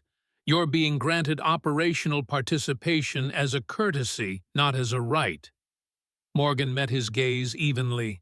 With respect, sir, if I'm taking a 400-yard shot under less than ideal conditions, I need people I can trust covering my back. I've worked with Sergeant Hayes before. He and one member of the Sierra Ridge sniper team would be sufficient. Kessler stepped forward. Hayes, the old range sergeant, he's not cleared for this operation. Then clear him, Morgan replied simply. He's former special operations. He understands operational security, and he knows this terrain better than anyone at Sierra Ridge. Shaw and Kessler exchanged a look, some unspoken communication passing between them. Finally, Shaw nodded reluctantly. Fine. Hayes and one member of the sniper team, but they'll be briefed on a strict need-to-know basis, and Kessler still oversees the entire operation. Understood, Morgan agreed, careful not to show any satisfaction at this small victory. The briefing continued with Shaw outlining the timetable for the operation. The strike team would approach the compound from the north at 21:30 hours. Morgan's overwatch position would be established by 2100, giving her adequate time to prepare for the shot. The operation would be coordinated through secure communications channels, with Kessler serving as the link between the strike team and Morgan's position. One shot, one kill, Shaw emphasized as the briefing concluded. You'll have a narrow window when Zarqawi is confirmed in position. No second chances. I understand, Morgan replied, her voice calm and professional, despite the implicit threat behind Shaw's words. As the room began to clear, Colonel Davidson approached his expression, a careful mask of military professionalism. He had been present for the briefing, but largely sidelined his authority on his own base, temporarily superseded by Shaw's operational control. Specialist Reed, he said, his voice low enough that only she could hear. Or whatever your actual rank may be, I don't know what game you're playing here, but this is still my base. When this operation is over, you and I are going to have a very direct conversation about who you really are and why you're at Sierra Ridge. Morgan met his gaze steadily. Yes, sir. Looking forward to it. Davidson's jaw tightened at her response, which bordered on insubordination, but he said nothing more as he turned and left the command center. Morgan watched him go, adding one more potential complication to the already complex situation she faced. Hayes was waiting outside his weathered face, betraying nothing of his thoughts. Well, he asked quietly as they walked toward the armory. It's happening, Morgan confirmed. You and one member of the sniper team are cleared to accompany me as security for the overwatch position. I want Reynolds. Hayes raised an eyebrow. Not Fisher. He's Reynolds' spotter. They work as a team. Morgan shook her head. Reynolds has better tactical awareness, and I don't want to push for too many additional personnel. Shaw was reluctant enough to allow you. Makes sense, Hayes acknowledged. Reynolds is already on board with our training exercise. I briefed him earlier while you were in with Shaw. And he agreed? Just like that, Hayes offered a thin smile. Let's just say your performance today made quite an impression. He's curious about who you really are. Sees this as an opportunity to find out. As long as he follows orders and maintains operational security, Morgan said, her voice taking on a harder edge than usual. He will, Hayes assured her. He's arrogant, but he's professional. They reached the armory where Morgan's rifle case waited alongside the specialized equipment she had requested for the mission. The Guardian would need precise calibration for tonight's shot adjustments that went beyond the standard preparations for even long-distance engagements. "There's something else you should know," Hayes said as they entered the armory. "While you were in the briefing, I did some digging, called in a few old favors from contacts still in the intelligence community." Morgan looked up sharply. "About Cobra Dawn." Hayes nodded, his expression grave. Operation Cobra Dawn wasn't just compromised, Morgan. It was sacrificed. "What do you mean?" "The intelligence that led your team to that compound in Pakistan was manufactured. There was no high-value target there, at least not initially. It was a setup from the beginning." Morgan's hands stilled on her rifle case. "Why, who would authorize something like that?" "That's where it gets complicated," Hayes replied. "The operation was officially authorized through standard channels, but with unusual compartmentalization. Only 3 people had access to the complete operational details: the Ghost Protocol Director, the Field Commander, and the CIA liaison." "Shaw," Morgan said, the pieces beginning to fall into place. "Shaw," Hayes confirmed. "And there's more. After the operation failed, a significant intelligence windfall suddenly appeared in CIA databases, details about Zarqawi's network that had previously been elusive, almost as if someone had traded your team for that information." Morgan's expression hardened, a cold fury settling behind her eyes. "Shaw sacrificed my team to get to Zarqawi. But how does Kessler fit in? He was our extraction." "That I don't know," Hayes admitted, "but the timing of his delayed arrival is suspicious. 4 hours is a long time when a team is compromised and calling for emergency extraction." Morgan absorbed this information, the implications crystallizing into a clear and terrible picture. Her team hadn't died because of a random intelligence failure or bad luck. They had been deliberately sent into a trap, their lives exchanged for information that would lead to a bigger target. It was the cold calculus of covert operations at its most ruthless. "Tonight's mission," she said slowly, "it's not just about eliminating Zarqawi. Shaw is cleaning up loose ends." "And you're the last loose end from Cobra Dawn," Hayes concluded. "The only survivor who might eventually piece together what really happened." Morgan nodded, a grim determination settling over her. "Which means tonight's operation is my last chance to get the truth. And maybe, just maybe, some justice." Hayes placed a hand on her shoulder, a gesture of solidarity from a man who rarely displayed emotion. "Whatever you need, I'm with you. All the way." Morgan met his gaze, seeing in his eyes the same unflinching resolve she felt. "Thank you, Sergeant. We're going to need every advantage we can get." Outside the armory window, the sun slipped behind the mountains, plunging the landscape into deepening shadows. Night was coming to Sierra Ridge, bringing with it a reckoning 14 months in the making. At precisely 1900 hours, Morgan met Reynolds at the motor pool. The sniper stood beside a tactical vehicle, his expression curious but professional, as he watched Morgan approach with Hayes. Gone was the arrogance that had defined his earlier interactions with her. Today's demonstration had forced a reassessment, and Reynolds was nothing if not adaptable. "Specialist," he greeted her with a nod. "Or should I call you something else now?" "Reed is fine," Morgan replied evenly. "Thank you for agreeing to participate in this operation." Reynolds checked his weapon, an M4 carbine, rather than his usual sniper rifle. Hayes said it was a high-priority Overwatch mission. Didn't give many details beyond that. "That's all you need to know for now," Morgan said, loading her rifle case and equipment into the vehicle. "We're providing security and observation for a classified operation. The details are compartmentalized for operational security." Reynolds accepted this with a professional nod. Whatever his personal curiosity, he understood the protocols of classified missions. Hayes mentioned extreme distance work. That shot today at 1,500 yards was impressive. but he implied tonight might involve something even more challenging. If it becomes necessary, Morgan acknowledged. For now, focus on the security element. The area we're moving to isn't secured, and there may be hostile forces in the vicinity.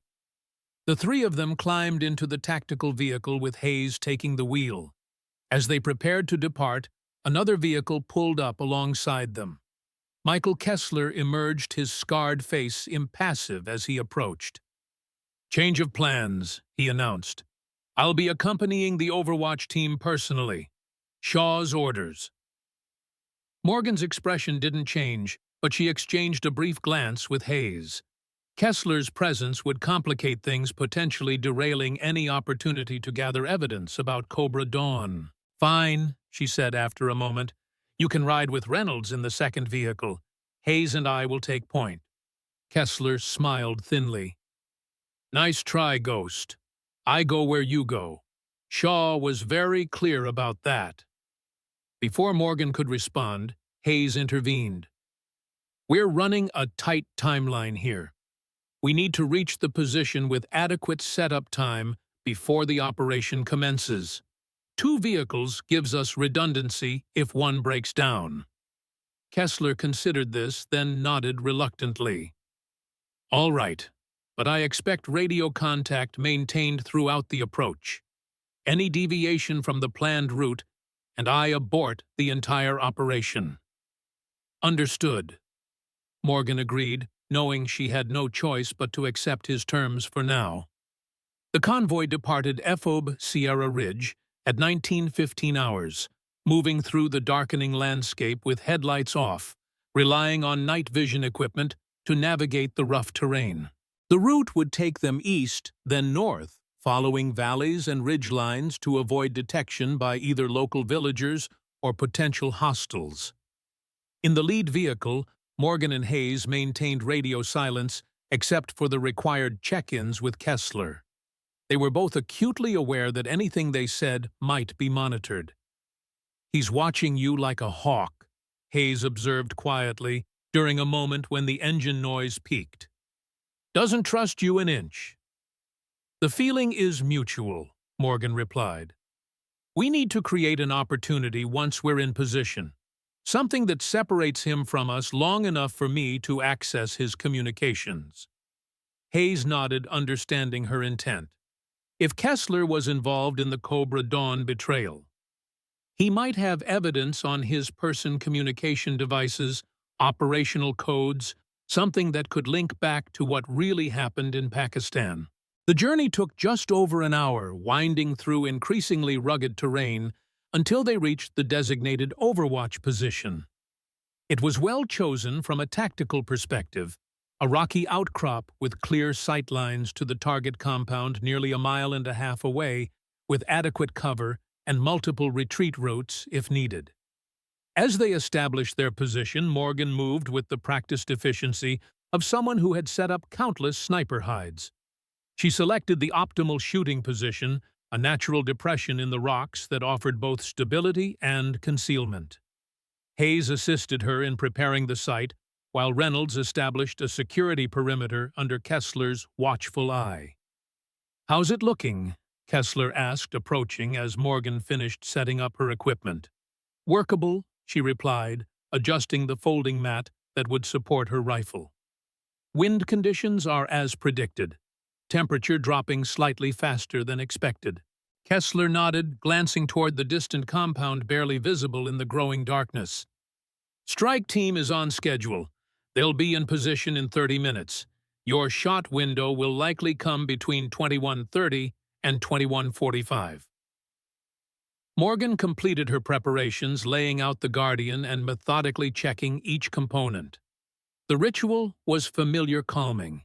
Whatever personal feelings she harbored about the true nature of the mission, the professional discipline of preparing for a shot remained unchanged.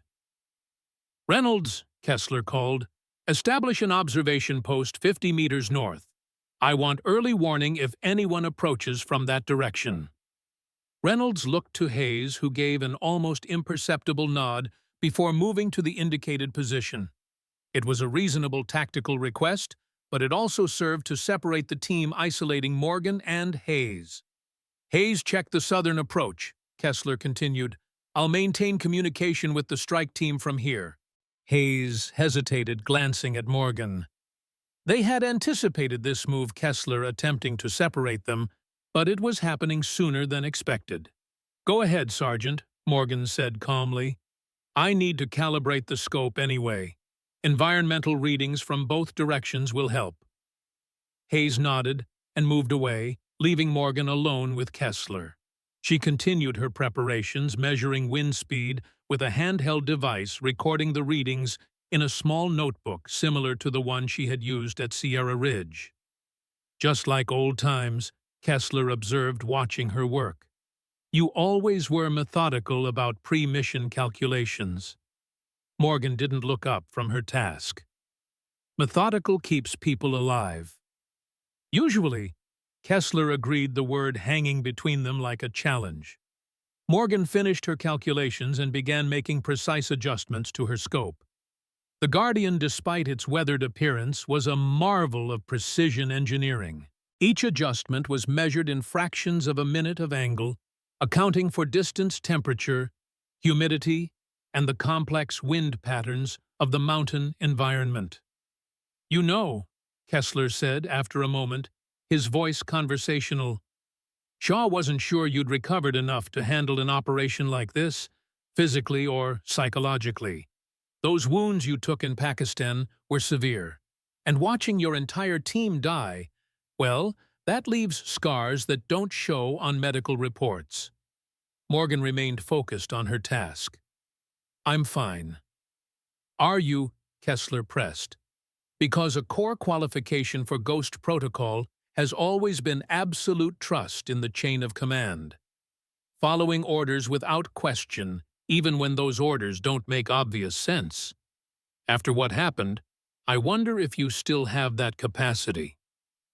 Morgan finally looked up, meeting his gaze directly. Is that what this is about? Testing my loyalty? Kessler's scarred face revealed nothing. Among other things, my loyalty has never been in question, Morgan stated. I follow orders, I complete missions. What happened in Pakistan doesn't change that. Good to hear, Kessler said, though his tone suggested he remained unconvinced. He checked his watch. Strike team reports they're ahead of schedule. ETA to position in 20 minutes. Morgan nodded and returned to her preparations. The conversation had confirmed what she already suspected. This mission was as much about evaluating her as it was about eliminating Zarqawi. Shaw and Kessler needed to determine if she represented a threat to whatever secret they were protecting regarding Cobra Dawn. Hayes returned 10 minutes later, reporting all clear from the southern approach.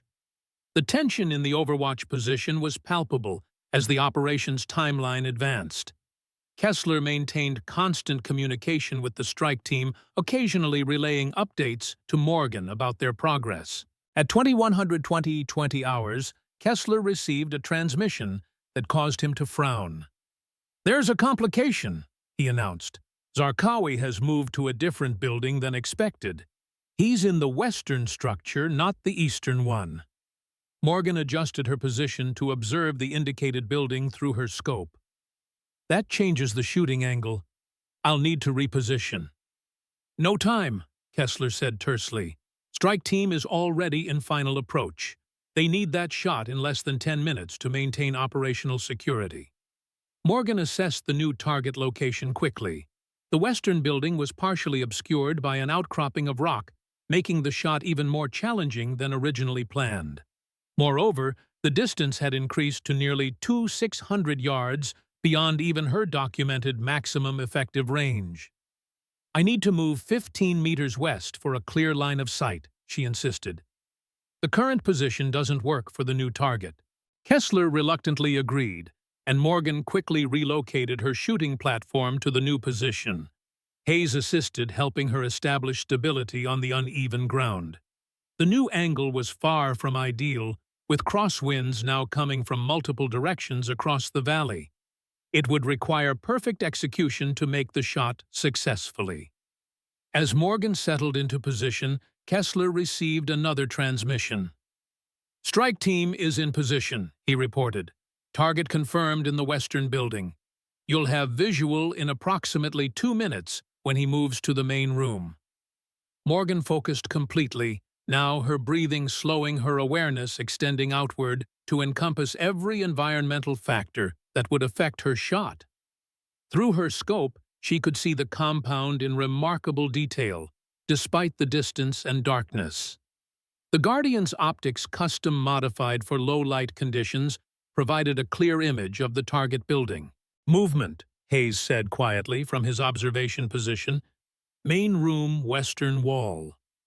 Morgan adjusted her aim slightly, waiting for confirmation that the figure was indeed Zarqawi. Through the scope, she could see a man moving inside the building, his features becoming clearer as he approached a window. "Target confirmed," Kessler announced. "That's Zarqawi. Take the shot when ready." Morgan's finger rested lightly on the trigger, her breathing controlled and measured. But something felt wrong. The man's movement pattern, his physical bearing, they didn't match the intelligence briefing on Zarqawi.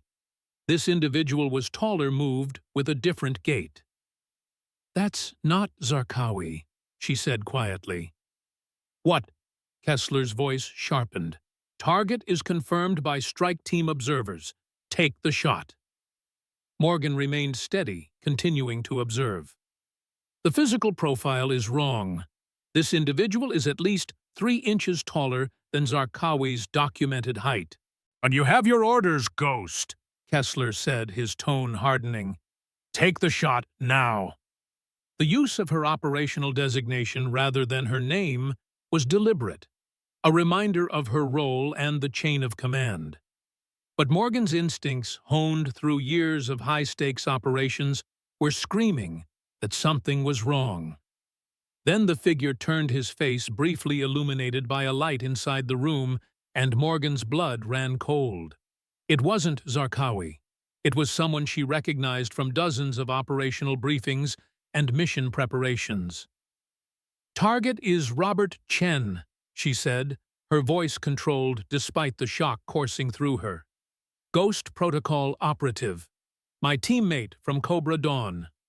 Kessler's reaction was immediate and violent. He drew his sidearm, pointing it directly at Morgan. "Take the shot, Ghost. That's a direct order." Hayes, who had been monitoring the situation, immediately raised his own weapon, aiming at Kessler. "Lower your weapon," he commanded, his voice carrying the authority of decades of military service. "Chen is dead," Kessler insisted, his gun still trained on Morgan. "You're compromised, Ghost. Your injuries in Pakistan have affected your judgment." "Chen was reported killed in the ambush," Morgan countered, her rifle still trained on the distant figure. "But I never saw his body. He was separated from the main team when the attack came." Her mind was racing, pieces falling into place with terrible clarity. "He wasn't killed. He was extracted. By you." Kessler's scarred face twisted with fury. "Take the damn shot, or I'll put a bullet in you right now." "You were never late to the extraction," Morgan continued, the truth finally crystallizing. "You were right on time for Chen. The rest of us were expendable." The standoff was interrupted by Reynolds's voice over the radio. "Movement on the northern perimeter. Armed individuals approaching, at least 6 of them." And Kessler's momentary distraction was all Hayes needed. The veteran sergeant moved with surprising speed, for his age, driving his shoulder into Kessler and sending them both to the ground. The gun discharged the bullet, striking rock inches from Morgan's position. Morgan didn't hesitate. In one fluid motion, she swung the Guardian away from the distant compound and toward the approaching threats Reynolds had reported. Through her scope, she could see them clearly now, a tactical team moving with military precision toward their position. "Those aren't hostiles," she said grimly. "That's a Ghost Protocol elimination team. They're here for us." Hayes had subdued Kessler, disarming him and using zip ties to secure his hands. "We need to move. Now." Morgan nodded quickly, disassembling the Guardian and returning it to its case. "Reynolds," she called over the radio, "fall back to the vehicles immediately. We're compromised." "What the hell is going on?" Reynolds demanded, though she could hear him already moving as ordered. "No time to explain. Trust me, or die where you stand." They reached the vehicles just as the Ghost Protocol team began to open fire. Bullets impacted around them as Hayes shoved the still-bound Kessler into the lead vehicle and Morgan secured her rifle case. "I'll drive," Reynolds said, jumping into the second vehicle. "Follow me. I know an alternate route back to the base." The convoy lurched into motion, accelerating down the rough mountain track with the elimination team in pursuit. Morgan, in the lead vehicle with Hayes and their prisoner, checked her weapon and prepared for the inevitable confrontation. "They won't let us reach Sierra Ridge," she said, her voice calm despite the chaos. "Not with what we know now." Hayes nodded grimly, keeping Kessler covered while maintaining balance in the rapidly moving vehicle. "What's the play?" Morgan considered their options. They were outnumbered, outgunned, and facing operatives from her own former unit, men and women trained in the same lethal techniques she had mastered. Their only advantage was her intimate knowledge of Ghost Protocol tactics. "They'll expect us to head directly back to Sierra Ridge," she said. "We need to find a defensible position where we can turn the tables." She reached for the radio to communicate this to Reynolds, but before she could transmit, their vehicle was struck by gunfire from behind. The rear window shattered, and Hayes grunted in pain as a bullet grazed his shoulder. "Hayes," Morgan called out, concern momentarily overtaking her tactical focus. "I'm fine," the older man assured her, though blood was already soaking through his uniform. "Just a scratch." Morgan returned fire through the broken window, forcing their pursuers to swerve and lose ground temporarily. Ahead, Reynolds was executing a series of evasive maneuvers using the rough terrain to their advantage. "There's an abandoned outpost 3 clicks east," Hayes said through gritted teeth. "Old Soviet bunker from the 80s. Might give us a defensible position." Morgan nodded and relayed the information to Reynolds. They altered course, heading east into increasingly rugged terrain where the pursuing vehicles would have difficulty following. The gambit worked temporarily, creating distance between them and their hunters, but Morgan knew it was merely delaying the inevitable confrontation. They reached the bunker 20 minutes later, a half-collapsed concrete structure nestled into the side of a hill. It offered limited cover, but clear sightlines to the surrounding terrain, a defensible position, if not an impregnable one. "Get inside and secure Kessler," Morgan ordered as they abandoned the vehicles. "Reynolds, help Hayes with his wound. I'll establish a perimeter." Reynolds looked as though he wanted to argue, to demand answers about the situation they found themselves in. But one look at Morgan's expression silenced him.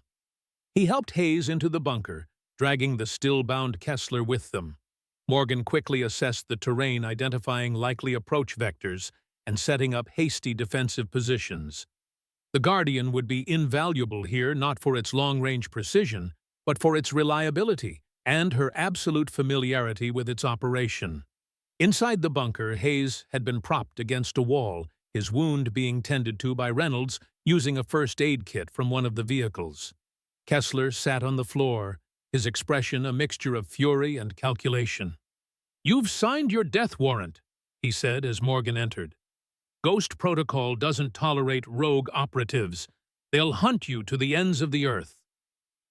"Not if I expose them first," Morgan replied evenly.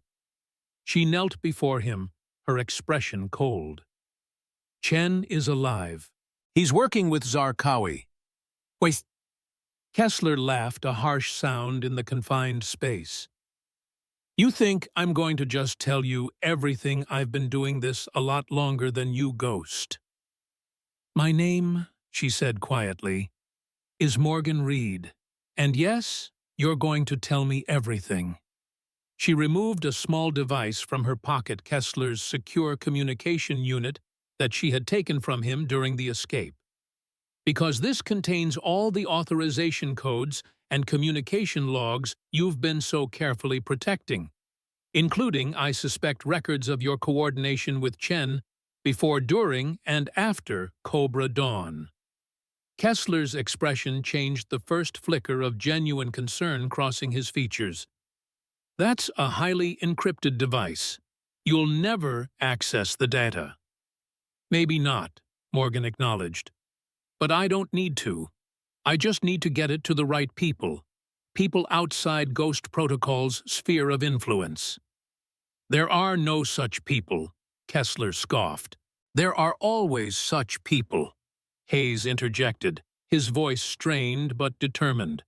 People who believe in accountability even for covert operations. People I've known for decades who have been waiting for concrete evidence of exactly this kind of operation. Morgan turned to Reynolds, who had been listening to the exchange with growing understanding. Sergeant Reynolds, I need to know where you stand. What you've witnessed tonight goes far beyond your security clearance. You can walk away now, return to Sierra Ridge, and pretend none of this happened. Or you can help us expose a betrayal that cost the lives of American operatives. Reynolds looked between Morgan Hayes and the bound Kessler. His expression hardened as he made his decision. I'm a soldier, not a politician. If American operators were betrayed, I want the people responsible to pay. He checked his weapon. I'm in. Morgan nodded, grateful for the support. They'll be here soon. Ghost Protocol elimination teams don't give up easily. We need to hold this position long enough for Hayes to transmit the data from Kessler's device to his contacts. How long? Reynolds asked, already moving to assess defensive positions. 30 minutes minimum, Hayes replied, working with the communication equipment they had brought from the vehicles. The encryption will slow the transmission, and we need to route it through multiple secure channels to avoid interception. You'll never last 30 minutes, Kessler said, a smug certainty in his voice. That elimination team has at least 8 operators, all with Ghost Protocol training and equipment. They'll overrun this position in 10 minutes flat. Morgan met his gaze steadily. You forget who you're talking to. I was the best Ghost Protocol ever produced. Shaw said so himself during my selection. She turned to Hayes and Reynolds. Prepare for imminent contact. They'll approach from multiple vectors using standard Ghost Protocol infiltration tactics.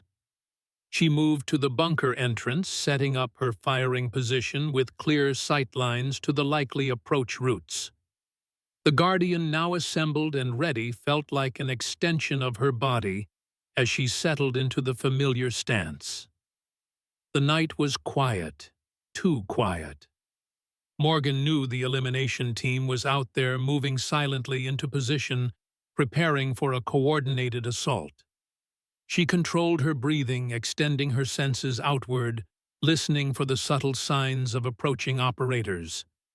There, a faint displacement of gravel to the east. And there, the barely perceptible sound of fabric brushing against rock to the north. They were surrounding the bunker, preparing for a simultaneous breach from multiple directions. Reynolds, she called softly. Northern approach approximately 50 meters out. 2 operators moving in tandem. Reynolds adjusted his position, sighting down his rifle toward the indicated area. I don't see... Wait. Got them. Morgan continued. How's the transmission? Initializing, the veteran replied, his fingers moving quickly over the communication equipment despite his injury. First security layer bypassed. 25 minutes remaining. Morgan nodded, her focus never wavering from the approaches. They'll make their move soon. Initial flashbang or smoke to disorient, then immediate entry. Standard protocol for bunker clearance. As if on cue, the night erupted in chaos. Multiple flashbang grenades detonated around the bunker perimeter, the disorienting light and sound designed to stun defenders in the critical moments before an assault. But Morgan was ready. She had closed her eyes at the precise moment before detonation, preserving her night vision, and had positioned herself to minimize the acoustic impact of the explosions. As the elimination team rushed forward, she engaged with cold precision. The Guardian spoke once, twice, 3 times in rapid succession. 3 operators fell, taken by surprise by the accuracy and speed of Morgan's response. Reynolds, recovering quickly from the flashbangs, engaged the northern approach, forcing the attackers there to seek cover. "East side clear temporarily," Morgan reported. "They'll regroup and try again with better coordination." Reynolds' status: 2 tangos pinned down behind the rock formation north. Reynolds replied, his military training evident in his calm assessment. "No clear shot yet." Inside the bunker, Hayes continued his work on the data transmission, occasionally calling out progress updates while keeping an eye on their prisoner. Kessler watched the proceedings with growing concern, his earlier confidence eroding as Morgan and Reynolds successfully repelled the initial assault. "Transmission at 30%, Hayes announced. 18 minutes remaining." Morgan acknowledged this with a nod, never taking her eyes from her sector of fire. The elimination team would be reassessing now, realizing they faced a more formidable defense than anticipated. Their next approach would be more cautious, more calculated. "They'll try to flank us," she predicted, "possibly using the ridge to the west for elevated firing positions." She turned to Reynolds. "Can you maintain this position alone for 2 minutes? I need to neutralize that threat before they establish overwatch." Reynolds nodded grimly. "Go. I've got this covered."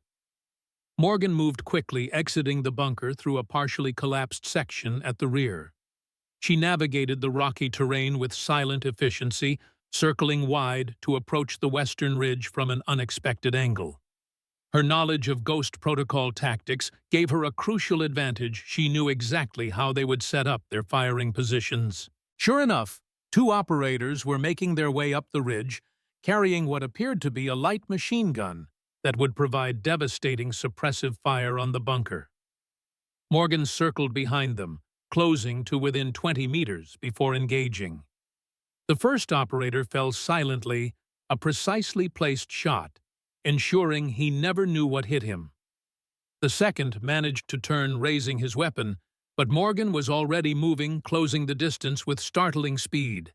A hand-to-hand confrontation ended in seconds, Morgan's training and experience overwhelming even a fellow Ghost Protocol operative. With the Western threat neutralized, Morgan collected their weapons and equipment before returning to the bunker. The entire operation had taken less than the 2 minutes she had estimated.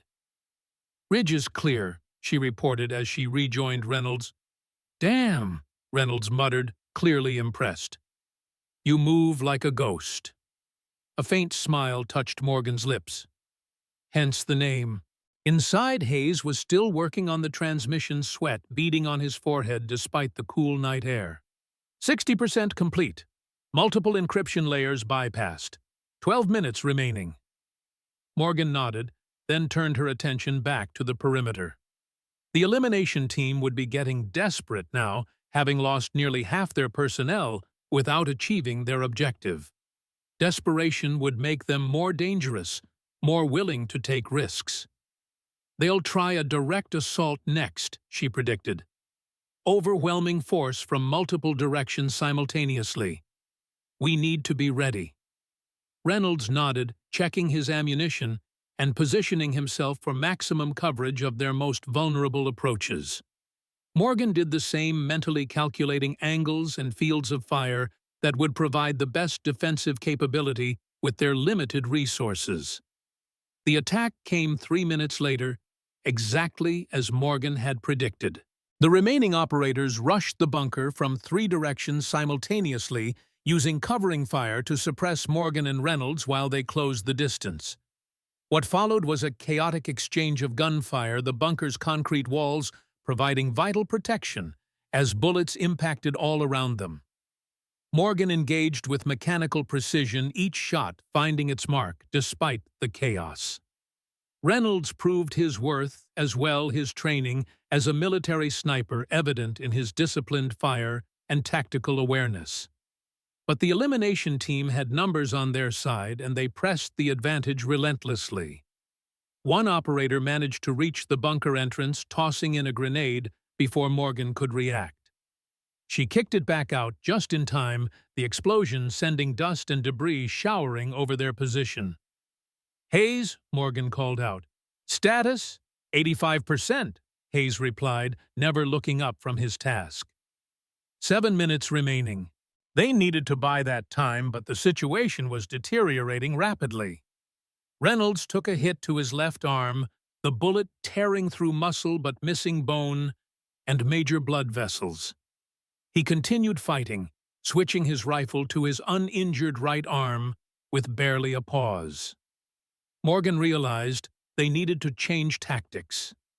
Defense alone would not hold for the required 7 minutes, not against the remaining operators who were now coordinating more effectively.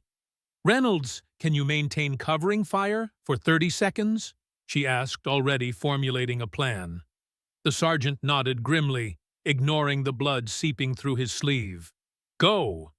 Morgan moved quickly, exiting the bunker in a low crouch and using the ongoing firefight as cover for her movement. Rather than retreating, she circled toward the attackers' position, flanking them while they focused on Reynolds' suppressive fire. The elimination team never expected a counterattack. Morgan was among them before they realized the threat, engaging at close quarters with lethal efficiency. 2 operators fell in rapid succession, their training insufficient against Morgan's superior skill and the element of surprise. The final operator, recognizing the threat too late, attempted to bring his weapon to bear on Morgan. She was faster, her shot finding its mark with unerring precision. The elimination team had been neutralized completely. Morgan quickly secured the perimeter, ensuring no additional threats remained before returning to the bunker. Reynolds had slumped against the wall, applying pressure to his wounded arm, but still maintaining his vigilance. "Clear," Morgan reported as she entered. "Elimination team is down." Hayes looked up from his equipment, a mixture of relief and triumph on his weathered face. "And just in time. Transmission complete. Data secured and received by my contact."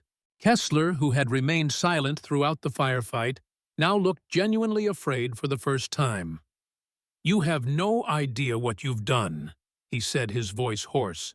"The ripple effects of this will be catastrophic." "The only catastrophe," Morgan replied evenly, "was the betrayal of loyal operatives for political gain. Chen wasn't turned by Zarqawi. He was planted there by Shaw, wasn't he? A deep-cover operative posing as a traitor to gain access to Zarqawi's network." Kessler's silence was confirmation enough. "And my team was sacrificed to sell his cover," Morgan continued. 4 good operators killed to make Chen's defection look genuine. All authorized by Shaw, with you as the facilitator. "It was necessary," Kessler finally said, his voice barely audible. "Chen's infiltration has saved hundreds, maybe thousands of lives by disrupting Zarqawi's network from within. 4 lives for thousands. The math was clear." "Math?" Morgan's voice hardened. "They were people, operators who trusted the system, who believed they were serving their country. They deserved better than to be sacrificed as props in Shaw's elaborate theater."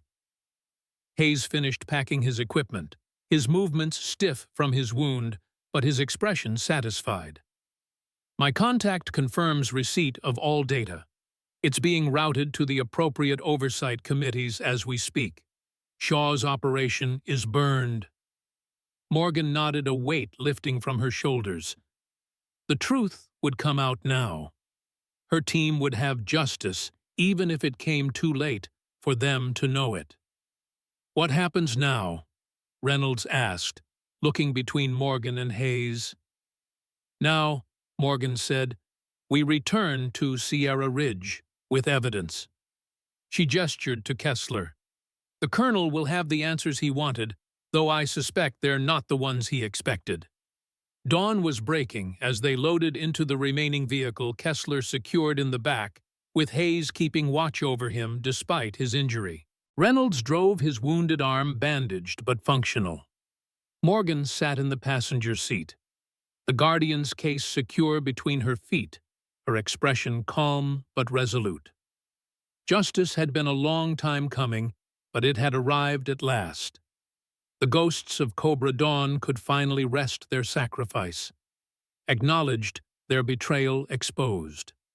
As for Morgan Reed, her path forward was uncertain, but clear of the shadows that had haunted her for 14 months. The Guardian had served its purpose once more, not just as a weapon, but as an instrument of truth. Its weathered appearance, once mocked and dismissed, had proven to be exactly what Morgan had always known it to be, a masterpiece disguised as junk, its true value apparent only to those who looked beyond the surface. Much like its owner. But there. 1 year later, forward operating base Sierra Ridge had changed significantly. Colonel Davidson had been reassigned following the revelations about Ghost Protocol's unauthorized operations on his base, replaced by a commander more focused on training than political ambition.